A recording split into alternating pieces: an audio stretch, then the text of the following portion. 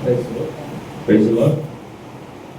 பரிசுத்த நாமத்துக்கு கர்த்தருடைய பரிசுத்த நாமத்துக்கு மகிமை உண்டாவதாக. ఈ ప్రత్యేక సమయంలో ఆహ్వానించిన దైవజనులు, స్థానిక సంఘకారులు, జ్ఞానులకి ప్రత్యేకమైన இந்த மாலை வேளையிலே என்னை அழைத்ததான அருமையான பாஸ்டர் டேனியலுக்காக நான் மனமார நன்றியை சொல்கிறேன். అలాగే మోసెస్ గారికి నా ప్రత్యేక వందనాలు తెలియజేస్తున్నాను. அப்படியாக நம்ம மத்தியில் இருக்கிற பிரதர் மோசஸ் பிரதருக்கும் நான் நன்றியை தெரிவிக்கிறேன். ఈ మధ్య ఉండుట దేవుని యొక్క అనాది సంకల్పం అని నేను உங்கள் மத்தியிலே இருக்கிறதுக்காக நான் தேவனுடைய அனாதி ஒரு கிருபை என்று நான் நினைக்கிறேன். ఆమేన్, హల్లెలూయా. దేవునికి ప్రత్యేక ప్రాంతీయ భేదాలు ఉండవు. దేవునికి எந்த ఒక భేదங்களும் இல்லை. ఆయన దృష్టిలో మనం అందరం కూడా సమానమై ఉన్నాము. அவருடைய பார்வையில நாம் எல்லாரும் ஒன்றாய் இருக்கிறோம். మానవులు వివిధ భాగాలలో వివిధ ప్రాంతాల్లో ఉంటారు. அப்படியாக ஜனங்கள் அங்கங்க ஒரு பகுதியிலே ஜனங்கள் இருப்பார்கள். అయితే దేవుడు మనల్ని ఒకే దృష్టితో చూస్తున్నాడు. ஆனால் தேவனுடைய பார்வையிலே நாம் எல்லாரும் ஒன்றாய் இருக்கிறோம். ఆమేన్, హల్లెలూయా. కాబట్టి నేను మీ మధ్య క్రొత్తవాడిని కాదు గాని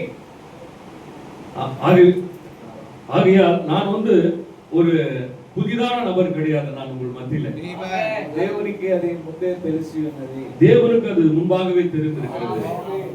సహోదరుడు మోసెస్ బ్రదర్ నా గురించి కొన్ని విషయాలు చెప్పారు కాబట్టి நம்ம மத்தியில் இருக்கிற பிரதர் மோசஸ் அவர்கள் என்னை குறித்து சில வார்த்தைகள் சொன்னார். నా గురించి నేను ఏది చెప్పుకోవడానికి ఇంకేం లేదు. என்னை குறித்து நான் பெரிதாக சொல்றதுக்கு வேற ஒன்றும் இல்லை. నా గురించి నేను చెప్పుకోవడం కంటే என்னை குறித்து நான் சொல்வது காட்டிலும் కొన్ని మాటలు దేవుని గురించి మనం చెప్పుకుంటే சில வார்த்தைகள் தேவனுடைய வார்த்தைகள் நாம் கேட்குமானால் அது ரொம்ப நலமா இருக்கும். ఎంతమంది మీరు సంతోషంగా ఉన్నారు? எத்தனை பேர் நீங்க சந்தோஷப்படுறீங்க? నిజమైన సంతోషము పెదవులతో రాదు గాని உண்மையான சந்தோஷம் வாயிலிருந்து வராது. వాక్యం ఎప్పుడైతే మన హృదయాల్లోనికి ప్రవేశిస్తుందో அந்த வார்த்தை எப்பொழுது நம்முடைய இதயத்திலே தங்குகிறதோ మనలో ఉన్నటువంటి ఆ లోగోస్ లేకపోతే ఆ యొక్క ఆత్మ ఉల్లసిస్తుంది. நமக்குள்ள இருக்கிற அந்த லோகோஸ் அந்த ஆவி அப்படியாய் அனலூட்ட செய்யும். ఇది అప్పటికప్పుడు వచ్చేది కాదు. இது அப்படியாய் வருகிறது கிடையாது. ఆ వాక్యము ఎప్పుడైతే ప్రత్యక్షపరచబడుతుందో அந்த வார்த்தை எப்பொழுது வெளிப்படுத்தப்படுகிறதோ మన హృదయం సంతోషించకుండా ఉండలేదు. நம்மளுடைய இருதயம் சந்தோஷப்படாமல் இருக்காது. కాబట్టి ఈ సమయాన్ని మనం దేవుని యొక్క సన్నిధిలో లేఖనాన్ని చదువుకొని ప్రారంభించుకుందాం. இந்த சமயத்துல நாம் தேவனுடைய வார்த்தையை நாம் படித்து பின்பு ஆராதனைக்குள்ளாய் கடந்து போவோம். లూకా సువార్త 7వ అధ్యాయము லூக்காவின் சுவிசேஷம் 7ஆம் அதிகாரம் 36 to 40 36வது வசனம் 37வது வசனம் 40வது வசனம். லூக்கா எழுதின சுவிசேஷம் 7ஆம் அதிகாரம் 36 இருந்து 40 வசனங்கள் வரை வாசிக்கலாம்.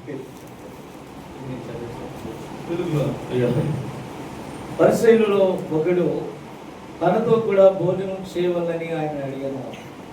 ఆయన ఆ పరిసయ్యుని ఇంటికి వెళ్ళి భోజన పంక్తిని కూర్చుండగా ఆ ఊరిలో ఉన్న పాపాత్మురాలైన ఒక స్త్రీ యేసు పరిసయ్యుని ఇంట భోజనమునకు కూర్చుని ఉన్నాడని తెలుసుకొని ఒక గుడిలో అత్తరు తీసుకొని వచ్చి వెనకతట్టు ఆయన పాదముల యొద్ద నిలవబడి ఏడ్చుచు కన్నీళ్లతో ఆయన పాదములు తడిపి తన తల వెంట్రుకలతో తుడిచి ఆయన పాదములను ముద్దు పెట్టుకొని ఆ అత్తరు వాటికి పూసెను. ఆయనను పిలిచిన పరిసయ్యుడు అది చూసి ఈయన ప్రవక్త అయిన ఎడల తన్ను ముట్టుకుని ఈ స్త్రీ ఎవరిదో ఎటువంటిదో ఎరిగి ఉండును, ఇది పాపాత్మురాలని తనలో తాను అనుకొనెను. అందుకు యేసు సీమోను, నీతో ఒక మాట చెప్పవలనని ఉన్నానని అతనితో అనగా అతడు బోధకుడా చెప్పుమనెను. అప్పుడు యేసు 36 தமிழ்ல வாசிக்கலாம். பரிசேயரில் ஒருவன் தன்னுடனே போஜனம் பண்ண வேண்டும் என்று அவரை வேண்டிக் கொண்டான். அவர் அந்த பரிசேயனுடைய வீட்டில் பிரவேசித்து பந்தியிருந்தார். அப்பொழுது அந்த ஊரில் இருந்த பாவியாகிய ஒரு ஸ்திரீ அவர் பரிசேயன் வீட்டிலே பங்கிருக்கிறதை அறிந்து ஒரு பரணியில் பரிமள தைலம் கொண்டு வந்து அவருடைய பாதங்களின் அருகே பின்னாக நின்று அழுது கொண்டு அவருடைய பாதங்களை தன் கண்ணீரினால் நனைத்து தன் தலைமயிரினால் துடைத்து அவருடைய பாதங்களை முத்தம் செய்து பரிமள தைலத்தை பூசினார். அவரை அழைத்த பரிசேயனை கண்டபோது, இவர் தீர்க்கதரிசியாயிருந்தால் தம்மை தொடுகிற ஸ்திரீ இன்னாள் என்றும் இப்படிப்பட்டவள் என்றும் அறிந்திருப்பார். இவள் பாவியா இருக்கிறாளே என்று தனக்குள்ளே சொல்லிக் கொண்டான். இயேசு அவனை நோக்கி, சீமோனே, உனக்கு நான் ஒரு காரியம் சொல்ல வேண்டும் என்றார். அதற்கு அவன், போதகரே, சொல்லும் என்றார். ప్రేమగల మా తండ్రి పరిశుద్ధుడా, నీకు స్తోత్రాలు నాయనా. அன்பு நிறைந்த என் மகத்தான பிரபுவே, உம்மை நான் ஸ்தோத்திரிக்கிறேன் ஆண்டவரே. ఈ అత్యంత కృపలో ఇక్కడ ఉండి నీ వాక్యాన్ని అందించడానికి మీరు చూపిన కృపకై వందనములు చెల్లిస్తున్నాను. உம்முடைய மகத்தான கிருபையினால் இந்த நாளிலே நீர் எங்களுக்கு பாராட்டின கிருபைக்காக நன்றி செலுத்துகிறேன். ఈ అపారమైన ప్రేమ కొరకై ప్రత్యేక వందనాలు చెల్లిస్తున్నాను. உம்முடைய அளவில்லாத அன்புக்காக நான் மிகவும் நன்றியுள்ளவனாய் இருக்கிறேன். నీవు ప్రేమించిన ఈ చిన్న వధువు యొద్దకు నన్ను తీసుకొని వచ్చినందుకు నేను స్తుతిస్తూ ఉన్నాను. ஓ, நீர் அன்பு கூர்ந்துதான இந்த சிறு மனவாட்டின் கூடாரத்திலே என்னை அழைத்துக் கொண்டு வந்ததுக்காக உம்மை ஸ்தோத்திரிக்கிறேன். దేవా, నీవు వాక్యమై ఉన్నావు. ஆண்டவரே, நீர் வார்த்தையா இருக்கிறீர்.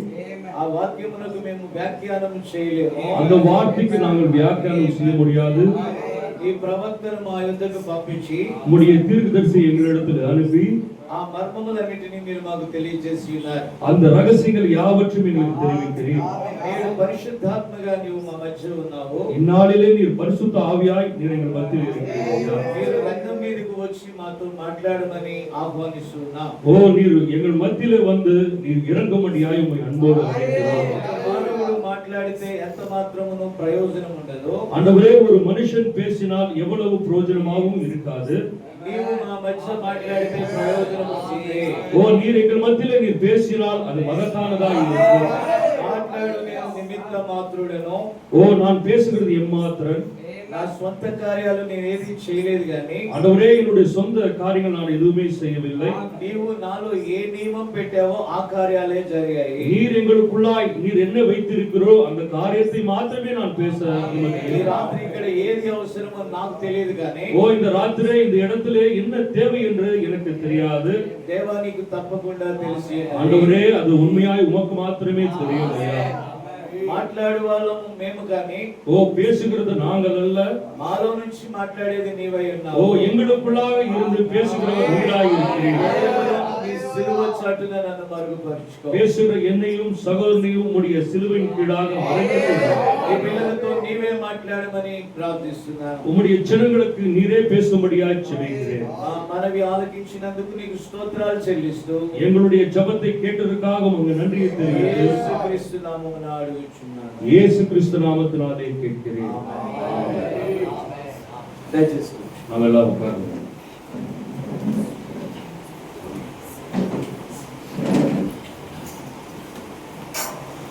బ్రదర్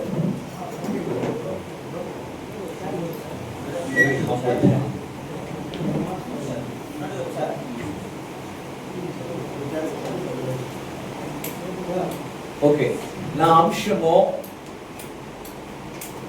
என்னுடைய செய்தியின் தலைப்பு నగరములోనే అతి ఘోర పాపి. మరి పట్టణத்திலே மிகவும் மோசமான பாவி. ஆமென். ஹalleluya. ప్రియమైన దేవుని బిడ్డలారా, என் அன்பான சகோதர సహోదరిகளே, నేను చాలా స్థలాలలో వాక్యం అందించడానికి వెళ్తా ఉంటాను. நான் அநேக பகுதியிலே தேவனுடைய வார்த்தை இப்படியாய் సహోదరులు మోసెస్ బ్రదర్ చెప్తున్నప్పుడు கொஞ்ச நேரம் முன்னாடி நம்ம மத்தியில சகோதரர் மோசஸ் பேர் சொல்லும்போது నిజంగా కొన్ని ప్రాంతాలు ఆంధ్ర ప్రాంతాల్లో ఉన్నాయి. உண்மையாகவே ஆந்திரா பகுதியிலே சில பகுதிகள் அப்படியாக இருக்கிறது. బ్రదర్ 7 కిలోమీటర్స్ అన్నారు కానీ 1 కిలోమీటర్ లో 7 చర్చెస్ ఉన్నాయి. பிரதர் சொல்கிறார் 7 கிலோமீட்டர்ல ஒரு சபை என்று அவர் சொல்கிறார். ஆனால் உண்மையாகவே 1 கிலோமீட்டருக்கு ஒரு சபை இருக்கிறது. Around 1 kilometre 7 message churches. Okay, 1 kilometre அந்த சுற்றுப்பகுதியிலே 7 சபைகள் இருக்கிறது. కాబట్టి దేవుని యొక్క ప్రవక్త చెప్పిన మాటను పాటిస్తున్నారో లేదో నాకైతే తెలియదు కానీ அப்படியாக தீர்க்கதரிசியுடைய வார்த்தையை அவர்கள் கேட்கிறார்களா, அதன்படி நடக்கிறார்கள் என்று எனக்கு தெரியாது. దేవుని సేవ that is not a business. தேவனுடைய ஊழியம் என்பது ஒரு வியாபாரம் அல்ல. దేవుని సేవ బ్రతుకు తెరువు కోసం కాదు. தேவனுடைய ஊழியம் என்பது அது வைத்து பிழப்பக்காக அல்ல. బ్రతుకు తెరువు కోసం ప్రతి ఒక్కడు పోరాటం చేస్తాడు, తప్పదు. வயிற்று பிடிப்புக்காக அநேக போராட்டங்கள் படுவது நியாயம்தான். నేను కూడా నా జీవన పోరాటంలో కుటుంబాన్ని పోషించుకోవడానికి నా వంతుగా నేను ప్రయాసపడ్డా. என்னுடைய வாழ்க்கையில என் குடும்பத்தை நடத்தும்படியாக அநேக பிரயாசங்கள் நான் பட்டது உண்டு. మా తల్లిదండ్రులకు వివాహమైన 22 సంవత్సరాలకి వాగ్దానం ద్వారా నేను పుట్టాను. என் தகப்பனாருக்கும் தாய்க்கும் 20 வருடங்களுக்கு பிற்பாருக்கு வாக்குத்தத்தத்தினால் நான் பிறந்தேன். మా తల్లి గారు చాలా భయభక్తులు కలిగినటువంటి స్త్రీ. என் தாய் மிகவும் தேவனை பற்றக்கூடிய ஒரு பயபக்தியான ஒரு ஸ்திரீ. ఆమె చదువుకోలేదు కానీ గొప్ప విశ్వాసి. அவங்க படிக்கல, ஆனா தேவனுடைய உண்மையான ஒரு விசுவாசி. మా నాన్నగారు ఎక్స్-ఆర్మీ. என் தகப்பனார் எஸ்-ஆர்மியில வேலை செய்கிறார். Retired army, Britain army. Retired ఆర్మీలో వేலை செய்கிறார். తర్వాత సివిల్ లో ఆంధ్రప్రదేశ్ లో పశ్చిమ గోదావరి జిల్లా ప్రాంతంలో జాబ్ చేశారు. సివిల్ அப்படியாய ஆந்திரா பகுதியில் இருக்கிறதான அந்த கோதாவரியில அவர் வேலை செய்கிறார். వారు చాలా మంచిగానే ఉన్నారు, కానీ సంతానం వారికి లేదు. அப்படியாய் அவர்கள் ரொம்ப சந்தோஷமாக தான் குடும்பத்தை நடத்தினார்கள், ஆனால் அவர்களுக்கு சந்ததி இல்லை. మా తల్లిదండ్రులు మరి వారికి ఉన్నటువంటి ఆనాటి స్టేటస్ అంతా కూడా చాలా మంచిగానే ఉన్నది. என்னுடைய தாய் தகப்பனாருக்கு அந்நாட்களிலே அநேக சொத்துக்கள் இப்படியாக வாழ்ந்தது எல்லாமே நல்லதா இருந்தது. వారు చాలా సౌఖ్యంగానే బ్రతికారు. அவங்க எல்லாரும் நல்ல சௌக்கியத்துல தான் அவங்க நல்லா வளர்ந்தார்கள். మా నాన్నగారు 40 సంవత్సరాలు ఆ ప్రాంతంలో జాబ్ చేశారు. என்னுடைய தகப்பனார் 40 வருட காலமும் அந்த பகுதியிலே வேலை செய்தார். మేము క్వార్టర్స్ లో ఉన్నాం కానీ రెంటెడ్ హౌసెస్ లో మేము లేము. நாங்கள் கோட்ரஸ் பகுதியில் இருந்தோம், ஆனால் அந்த வாடகை வீட்டில் இல்லை.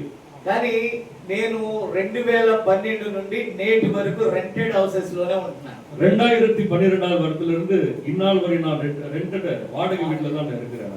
కాబట్టి ఆ చదువు అంతా కంప్లీట్ అయిన తర్వాత, படிப்பெல்லாம் కంప్లీట్ ஆன பிறகு, జాబ్ కోసం ప్రయత్నిస్తున్న వేళ, வேலைக்காக நான் அப்படியாய் தொடர்பு கொண்டிருக்கிற வேளையிலே 1997 లో ప్రభు తన పిలుపుని అందుకొని నేను ఆ ప్రయత్నాన్ని విరమించుకున్నాను. 1997 வருஷத்திலே தேவனுடைய அழைப்பு நிமித்தமாய் நான் ரட்சிக்கப்பட்டு கர்த்தருக்காக ஊழியம் செய்து கொண்டு வந்தேன். బట్ నేను సేవ చేయాలనుకోలేదు. ஆனால் உண்மையாய் நான் ஊழியம் செய்ய வரவில்லை, நினைக்கவில்லை. ఒక విశ్వాసిగా లేకపోతే ఒక సువార్థికునిగా ఉండాలనుకున్నాను. ஒரு சுவிசேஷகனாகவும் ஒரு விசுவாசியாகவும் இருக்க வேண்டும் என்று தான் நான் நினைத்தேன். అయితే దేవుడు తన యొక్క చిత్తములో ఆయన ఉద్దేశం వేరేగా ఉన్నది. தேவனுடைய சித்தத்திலும் அவருடைய யோசனையிலும் ஊழியம் செய்ய வேண்டும் என்று அழைப்பு இருக்கிறது போல, మా స్నేహితుల మధ్య నేను ఎప్పుడైతే క్రీస్తుని ఎరిగి ఉన్నానో మా స్నేహితుల మధ్య నేను ఉండలేకపోయాను. என்னுடைய சகோதரர்கள் நண்பர்கள் மத்தியிலே நான் அதிகமாக என்னால இருக்க முடியவில்லை. నేను వారితో ఏకీభవించలేకపోయాను. அவர்களோடு கூட அதிகமாக நான் தொடர்பு இல்லாதவனாக இருக்கிறேன். ఆ ప్రాంతం నుండి ఇందాక సహోదరులు చెప్పినటువంటి కుగ్రామానికి వెళ్ళాను. இப்பொழுது கொஞ்ச நேரம் முன்னாடி சொன்ன சகோதரர் மோசஸ் பேர் சொன்னது போல குக்கிராமத்திலே நான் அப்படியே வாழ்ந்தேன். అక్కడ నా సేవ ప్రారంభ దినాలు అక్కడే ప్రారంభించబడింది. முதலே அந்த பகுதியிலே தான் என்னோட ஊழியமானது தொடங்கப்பட்டது. అక్కడ ప్రజలకి ఎలాంటి సౌకర్యాలు లేవు. அங்கே ஜனங்களுக்கு எந்த ஒரு சௌகரியங்கள் எதுவுமே இல்லை. నివాసానికి సరైన ఇల్లులు కూడా లేవు. சரியான இருக்கிறதுக்காக இடமும் சரியான இல்லை. 3 పూటలా తినడానికి సరైన ఆహారం కూడా లేదు. சரி, அப்படியாக 3 வேளையும் சரியான சாப்பாடு கூட அங்க இல்லை. అక్కడ కరెంట్ కూడా లేదు, విద్యుత్ కూడా లేదు. அங்கே கரண்டும் அப்படியாக இல்லை. அங்க ఆ ప్రాంతంలోకి దేవుడు నన్ను తీసుకెళ్ళాడు. அந்த பகுதியில தேவன் என்னை கொண்டு போனார். కాబట్టి నాకు కలిగిన సౌఖ్యాలను విడిచి దాంతో అడ్జస్ట్ అవడానికి చాలా సమయం పట్టింది. எனக்கு உண்டானதான அந்த சூழ்நிலையிலே நான் சரியாக பொருந்தும்படியாக, அதாவது இருக்கும்படியாக அநேக நாட்கள் எனக்கு నాకు ముగ్గురు పిల్లలు. எனக்கு 3 பிள்ளைகள், 2 అబ్బాయిలు 1 అమ్మాయి. 2 ஆம்பளை பையன், ஒரு பொண்ணு. పెద్ద అబ్బాయిని మా నాన్నగారి దగ్గర విడిచిపెట్టేసి అమ్మ నాన్న దగ్గర విడిచిపెట్టి, தாய் தகப்பன் இடத்துல பெரிய பையனும் சின்ன பையனா அப்பா அம்மா கிட்ட ஒப்பு கொடுத்துட்டு, మా చిన్న అబ్బాయి 6 నెలల అబ్బాయిని తీసుకొని ఆ విలేజ్ కి వెళ్ళాను. சரி, பெரிய பையனும் அந்த சின்ன பொண்ணையும் தாய் தகப்பன் கிட்ட கொடுத்துட்டு சின்ன பையனை ஐயா கூட கொண்டு வந்துட்டாங்க. అది ఆ అడవి ప్రాంతంలో ఇందాక రమేష్ తీస్తే நம்ம மத்தியில இருக்கிற ரமேஷ் பிரதர் இருக்காரு. అతడు కూడా మా మిస్సెస్ వాళ్ళ తమ్ముడు ఓ. ఈ చిన్న వయసులో నాతో కూడా వచ్చాడు. என்னுடைய மனைவியினுடைய தம்பி அவரு என்னோட கூட ஊழியத்துல சின்னதா இருந்தார். அப்படியா வந்தார் அவர். ఈ మధ్య కాలంలో కూడా పంది ఢీకొట్టి చిన్న యాక్సిడెంట్ అయింది. அவருக்கு வந்து ஒரு பண்ணி அவரை அடிச்சு ஆக்சிடென்ட் ஆயிடுச்சு அவருக்கு ఈ మధ్యలో. మేము వెళ్ళినప్పుడు అంటే ఇంచుమించుగా 1999 ஓ நான் போனது 1996 வருஷம். అప్పుడు ఎన్ని పందులు ఉంటాయి, ఎన్ని అడవి మృగాలు ఉంటాయి ఆలోచించాయి. இப்போ ஏதோ ஒரு பண்ணி ரெண்டு பண்ணி தான் மேய்ந்து கொண்டு இருக்குது. 1996 வருஷத்துல எப்படிப்பட்ட அநேக பன்றிகள் அங்க இருக்கும்ல. అప్పుడు 100 విలేజెస్ వాకింగ్ అంటే అడవిలో నడుచుకుంటూ వెళ్ళి 100 గ్రామాల్లో సువార్త చెప్పాం. ఆ కాంక్ష అలా ఉండే. ஓ அந்த நாட்களிலே கிட்டத்தட்ட நடந்து கொண்டே ஒரு 100 கிராமங்களுக்கு தேவனுடைய வார்த்தையை நாங்கள் போதித்தோம். అప్పటికి నా వయసు 26 సంవత్సరాలు, 3 పిల్లలు. அப்பொழுது என்னோட வயசு சரியா 26 வயசு, 3 பிள்ளைகள்.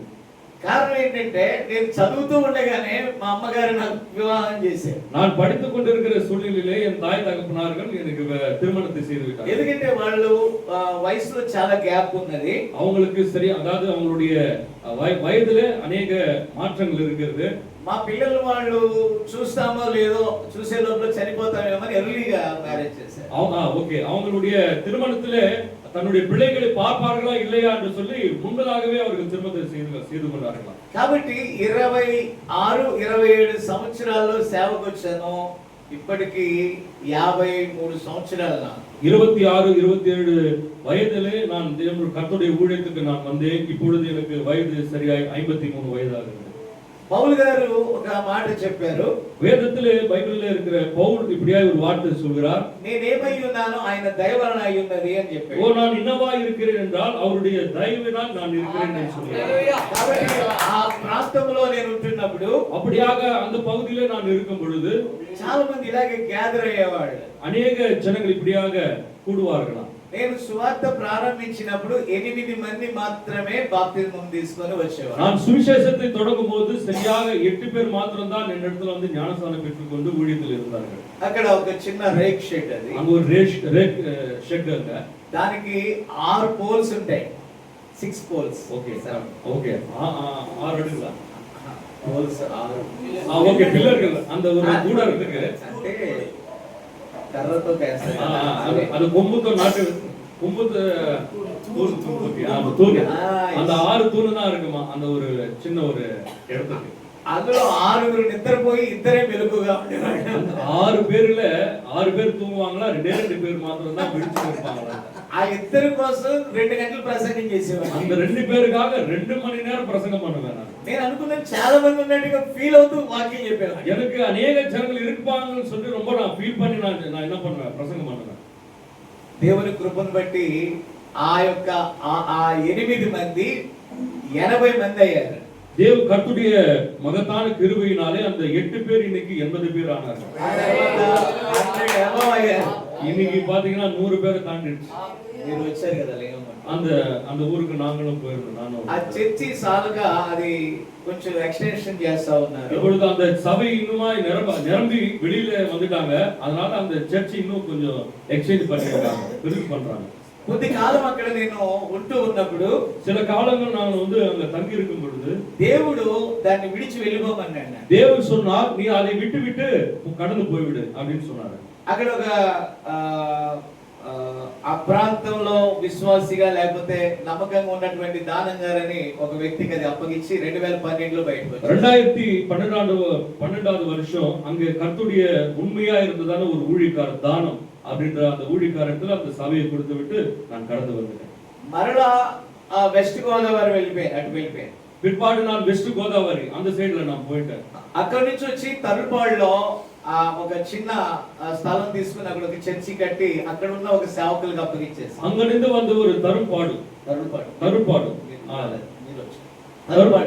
Church brother Markapur beside Markapur அந்த பகுதியிலே அப்படியே என்ன பண்ணிட்டேன், ஒரு சின்ன இடத்தை வாங்கி அங்க ஊழியத்தை ஸ்தாபித்து அங்க இருக்கிற ஒரு ஊழியக்காரத்துல அந்த சபையும் ஜனங்களுக்கு கொடுத்துட்டு நாங்க மறுபடியும் అప్పటికి అక్కడ ఉన్న రెండు చర్చెస్ మెసేజ్ చర్చెస్ గా ఉన్నాయి. அப்பொழுது அந்த ரெண்டே ரெண்டு சபைகள் மாத்திரம் தான் செய்தியின் சபையா இருந்தது. అక్కడికి దగ్గరగా మా పితరుల ఊరుంది. அங்க அதை தாண்டி என்னுடைய சொந்தக்காரர்களை மூதாதையர்களுடைய வீடு வாசல்லாம் இருக்காங்க. ఆ మెసేజ్ బట్టి ఆ సొంత ఊరులోంచి నేను బయటకు వచ్చేయడం జరిగింది. அதாவது செய்தியின் மூலமாக அந்த பகுதியில இருந்து நான் அப்படியாக வெளியில கடந்து வந்துட்டேன். అక్కడ రక్త సంబంధికులు అంగీకరించలే. ஆக என்னுடைய உடன்பிறப்புகள் அதை ஒருபோதும் என்ன பண்ணல, ஏத்துக்கலையா. అయితే నేను బయటకు వచ్చినప్పుడు నన్ను ఎరగని వారు నన్ను యాక్సెప్ట్ చేశారు. அதாவது அங்கிருந்து நான் வெளியில வரும்போது சரியாக எந்த ஒரு ரத்த சம்பந்தமும் இல்லாத ஜனங்கள் என்னுடைய வார்த்தை என்னை ஏற்றுக்கொண்டாங்க. ప్రభు దయ వల్ల ఆ ప్రాంతంలో ఎవరైతే అంగీకరించారో అక్కడ దేవుని యొక్క వధువు ఎదుగుచూ ఉన్నది. கர்த்தருடைய மகத்தான கிருபையினாலே அந்த இடத்துல யாரெல்லாம் தேவனுடைய வார்த்தையை இந்த வர்த்தமானத்தை கேட்டார்களோ அவர்கள் எல்லாம் சந்தோஷப்பட்டு தேவன் கர்த்தருக்குள்ளாக ஆராதிக்கிறாங்க. అప్పుడు నాలో ఉన్న నియమాన్ని నేను అర్థం చేసుకున్నాను. அப்பொழுது எனக்குள்ளாக ஒரு நிச்சயத்தை நான் என்ன பண்றேன், என்னன்னு ఒక కాపరిగా కాకుండా దేవుడు ఏదో ఒక ఆలోచన కలిగి ఉన్నాడని నేను నమ్మాను. ஒரு ஊழியக்காரனா மாத்திரமல்ல தேவனுடைய சித்தம் எதுவோ அதன்படி தேவன் நடக்கட்டும் அப்படின்னு ஒரு தீர்மானம் எடுத்துக்கொண்டேன். అలాగే ఆంధ్ర, తెలంగాణ, కర్ణాటక, తమిళనాడు, మహారాష్ట్ర అలాగే కొన్ని స్థలాల్లో వెళ్ళి ఈ గడియ వర్తమానాన్ని బోధించి అక్కడ కొన్ని చిన్న ఇలాంటి సెంటర్స్ ఉన్నాయి. ஆந்திரா, கர்நாடகா அப்படியாக அநேக பகுதிகளில் போயிட்டு இந்த மாதிரி சின்ன ஒரு இடத்துல கர்த்தருடைய வார்த்தையை நான் பகிர்ந்து கொண்டு வருகிறேன். నేను వెళ్ళిన ప్రతి చోట మెసేజ్ చర్చెస్ లేవు. நான் போன ஒவ்வொரு இடத்துலயும் பாத்தீங்கன்னா செய்தி சபை கிடையாது. కాబట్టి 7 కిలోమీటర్లు కాదు, కొన్ని వందల కిలోమీటర్ల గ్యాప్ లో చర్చెస్ ఉన్నాయి. 7 కిలోమీటర్ గ్యాప్ లో கிடையாது, கிட்டத்தட்ட 100 కిలోమీటర్ தாண்டி அநேக நம்ம சபைகளை பார்க்கிறோம். సమస్త మహిమ దేవునికే చెల్లునుగాక. எல்லாம் துதி கன மகிமை கர்த்தராகிய இயேசு கிறிஸ்துவுకే చెల్లును. కాబట్టి పౌలు గారు అంటాడు నియమము ప్రకారమే మనం పోరాటం చేయాలి. ஆகவே வேதத்தில் இருக்கிற பவுல் இப்படியாய் சொல்கிறார், நம்ம குறிக்கப்பட்ட அந்த ஓட்டத்திலே நாம் பொறுமையோடு ஓட கடவோம். మన సొంత ఉద్దేశాలు దేవుని మీద మోపాలని మనం ఆలోచన చేస్తా ఉంటాం. நம்மளுடைய சொந்த ஆலோசனைகளை நாம் தேவனுடைய யோசனையிலே வழி நடத்தப்படுவோம் என்று நம்ம நடத்தக்கூடாது. మన స్వంత చిత్తాన్ని దేవుడు యాక్సెప్ట్ చేయాలని మనం కోరుకుంటాం. நம்மளுடைய சொந்த சித்தத்தை தேவன் அதை சரியாக நடத்தணும் அப்படின்னு சொல்லி நம்ம நினைப்போம். దేవునికి అది ఇష్టమైన కార్యం కాదు. దేవునికి అది ఉண்மையாகவே ఇష్టమే இல்ல. దేవుడు మనల్ని నడిపిస్తున్నాడనే సంగతి చాలా మంది ఎరుగకపోవట పెద్ద విచారించదగ్గ విషయం. தேவன் உண்மையாவே என்னை வழி நடத்துகிறாரா இல்லையா அப்படின்னு நிதானிக்கிறது அது மகத்தான ஒரு விஷயமா இருக்கிறது. దేవుడు ఈ రోజు మాట్లాడతాడని ఎంతమంది నమ్ముచున్నారు? தேவன் கர்த்தராகிய இயேசு கிறிஸ்து உண்மையாய் நம்ம மத்தியில பேசுவார் என்று எத்தனை பேர் நீங்க நினைக்கிறீங்க? మనం ఇందాక పాడాం, జీసస్ ఈస్ హియర్. యేసు நம்ம మధ్యలో இருக்கிறார். ఆయన నిన్న నేడు నిరంతరము మారని దేవుడే. அவர் நேற்றும் இன்றும் என்றும் மாறாத தேவனாய் இருக்கிறார். అపోస్తల కార్యములు ఆగలేదు. అపోస్తల நடவடிக்கைகள் அதோட முடியவில்லை. అపోస్తల కార్యాలు వచ్చి వధువు కార్యాల్లో కలిసిపోయాయి. అపోస్తల நடவடிக்கைகள் அதோட தாண்டி மனவாட்டி நடவடிக்கைகளாக அது கலந்து போய்விட்டது. వారి బాధ్యతలన్నీ ఈ రోజు వధువుకు అప్పగించబడ్డాయి. அவர்களோட ஊழியர் பொறுப்புகள் எல்லாம் இன்னைக்கு மனவாட்டிக்கு கொடுக்கப்பட்டிருக்கு. 7 సంఘకాల దూతలు వధువు కోసం వచ్చారు. 7 సభையின் தூதர்கள் எல்லாம் மனவாட்டிக்காக வந்தார்கள். సకల ప్రవక్తలు వధువు వైపు చూస్తూ ఉన్నారు. சரியாய் தேவன் மனவாட்டியை பார்க்கிறார்.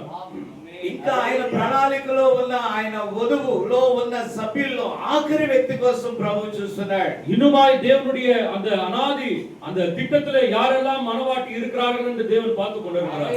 చాలా మంది మనకు మనమే సిద్ధపడి ఉన్నామని అనుకుంటున్నారు. அநேக இந்த நாட்களில் அநேக நம்ம என்ன பண்றோம், நம்ம சித்தமா தான், அதாவது ஆயத்தமா தான் நம்ம இருக்கிறோம்னு நம்ம நினைக்கிறோம். చాలా మంది వారికి వారే ఉప్పొంగిపోతూ ఉన్నారు.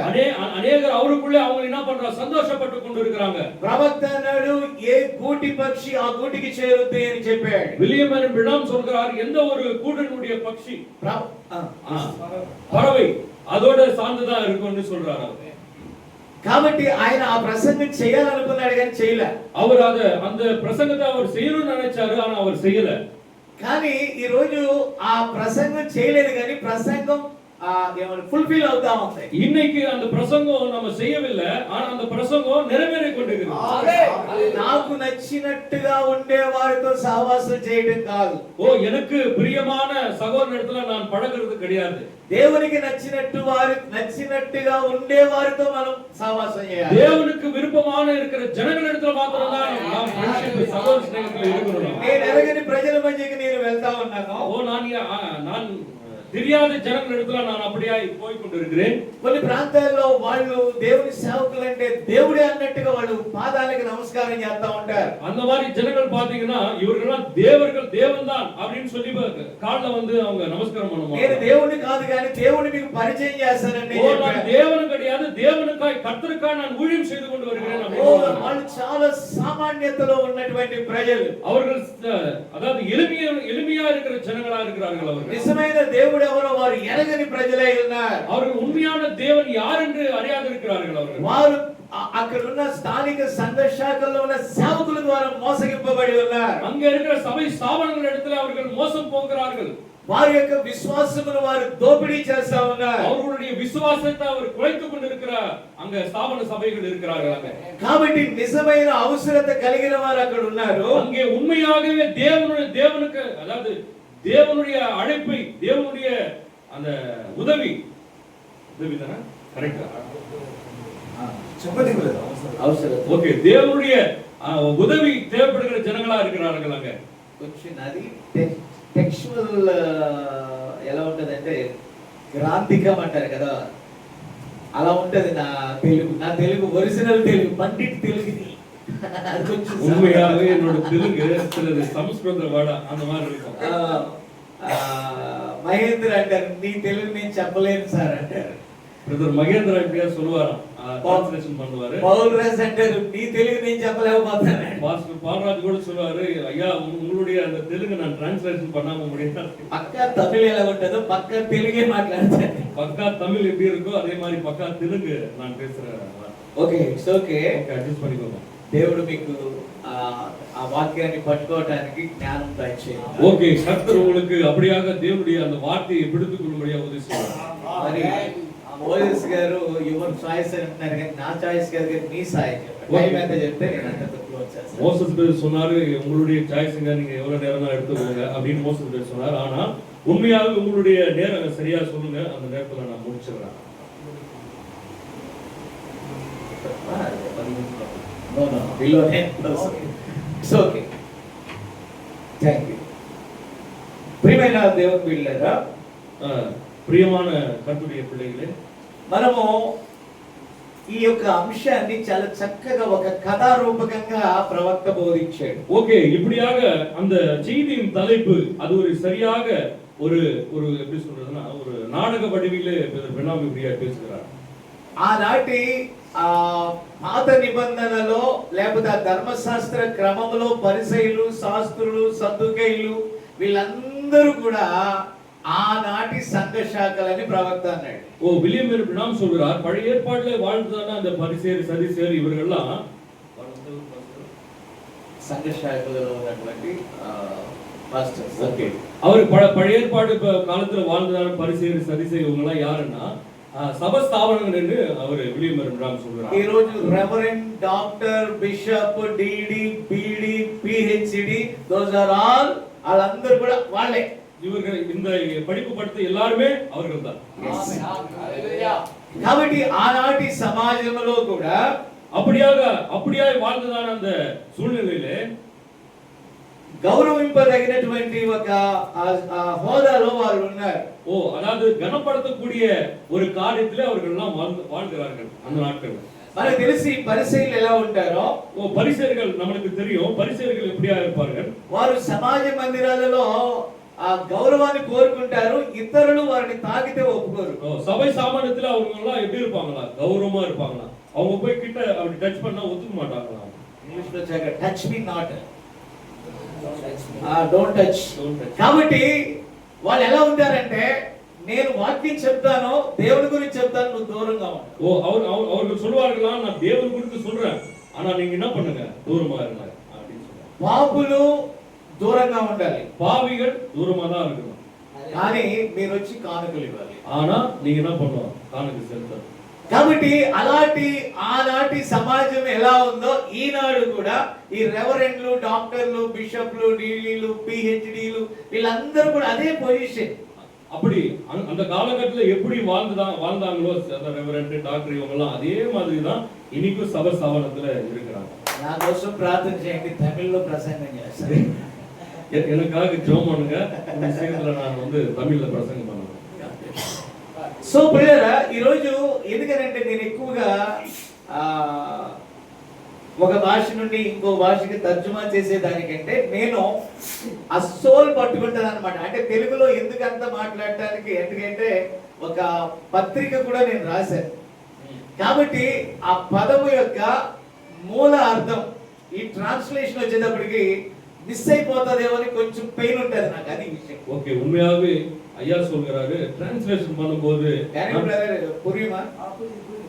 நான் பேசுற கூடிய வார்த்தை அந்த பொருள் சரியாக தெலுங்குல பேசும்போது எனக்கு சரியா இருக்கும். ஆனா அந்த டிரான்ஸ்லேஷன் பண்ணி வரும்போது அது சரியான விதத்துல அது உங்களுக்கு பொருந்துமோ, அதாவது புரியுமோ புரியாதுன்ற ஒரு கஷ்டம் எனக்கு இருக்கு. 1 hour ప్రసంగం 1.5 hour అవుతుంది కదా ట్రాన్స్లేట్ చేసేటప్పుడు. 1 மணி நேரம் பிரசங்கம், 1.5 மணி நேரம் டிரான்ஸ்லேஷன். అది కూడా పెయినే, அது கூட ரொம்ப கஷ்டமா కదా. ఓకే, ఈ ప్రసవ నొప్పులు దేవుడు తీర్చను కాక. దేవుని స్తోత్రం. பிரசவ வேதனை தேவன் தீர்ப்பாராக. కాబట్టి ప్రియరా, మీరు దయచేసి గమనించాలి. நல்லா இங்க கவனிங்க. நீங்க ఇక్కడ ఒక దేవుడు ఎల్లప్పుడూ కూడా సామాన్యతను కోరుకునే దేవుడై ఉన్నాడు. தேவன் எப்பொழுது கூட எளிமையான ஜனங்களை அவர் தேர்ந்தெடுக்கிறார். కానీ సాతాను ఎప్పుడు కూడా గర్వ ఏమనిచ్చాడు, அதிசயம்తో ఉండేటటువంటి స్థానాన్ని వాడు కోరుకుంటాడు. பிசாசு எப்பொழுது உயர்ந்த ஸ்தானத்தில் இருக்கிற ஜனங்களை தான் அவன் தேர்ந்தெடுப்பான். తాను ఒక గొప్పవాడిగా ఉండాలని వాడు కోరుకుంటాడు. அவன் எப்பொழுதே தான் முதன்மையா இருக்கணும்னு சொல்லி அவன் தேர்ந்தெடுக்கக்கூடிய ஒருவனா இருக்கான். తాను ఇతరుల కంటే లేకపోతే గొప్పవాడు అన్నట్టుగా ఆ లక్షణాలు కలవారు చెప్పుకుంటా ఉంటారు. அவங்க நினைப்பாங்க எப்பவுமே நான் உயர்ந்தவன், நான் ஐஸ்வர்யம், அந்த மாதிரி சொல்லி கொண்டே இருப்பாங்களாம். మన ప్రభు సామాన్యతలోనే நம்மளுடைய தேவன் எளிமையில. కాబట్టి నేను ఇక్కడ వెలుగును ప్రసరింపచేసే దేవుడు అనేటటువంటి ఒక దాని గురించి మాట్లాడాలనుకున్నాను. நான் இந்த வெளிச்சத்தை பிரகாசிக்கக்கூடிய தேவன் அப்படின்ற ஒரு பொருள் மேல நான் பேசணும்னு நான் நினைச்சேன். సడన్ గా ఈ మెసేజ్ నాకు అప్పటికప్పుడు దేవుడు ప్రొవైడ్ చేశాడు. தேவன் எதிர்பாராதவையில தேவன் இப்படியா இந்த மெசேஜை பேச முடியாது. దేవునికి స్తోత్రం కలుగుగాక.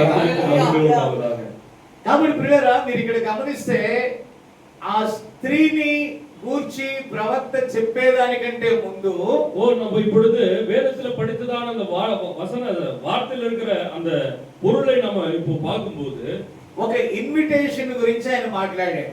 ஒரு இன்விடேஷன், ஒரு அழைப்பு குறித்து அங்கே பேசப்படுகிறது. ఒక వ్యక్తి యేసుక్రీస్తుని ఆహ్వానించడానికి నిశ్చయించుకున్నటువంటి విషయం. ஒரு మనుஷன் இயேசு கிறிஸ்துவை அழைக்கக்கூடியதான ஒரு அழைப்பா இருக்கிறது.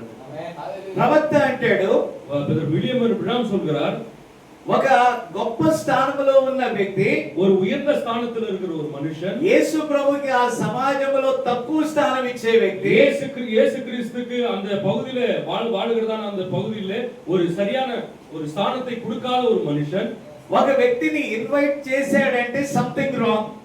ஒரு మనిషిని அவன் అழைతాர் என்றால் ఏదో மாற்றம், ఏదో நடக்க போகிறதுன்னு ఈ విషయాన్ని ప్రవక్త చెప్పాడు. இந்த விஷயத்தை பிரணாம் சொல்கிறார்.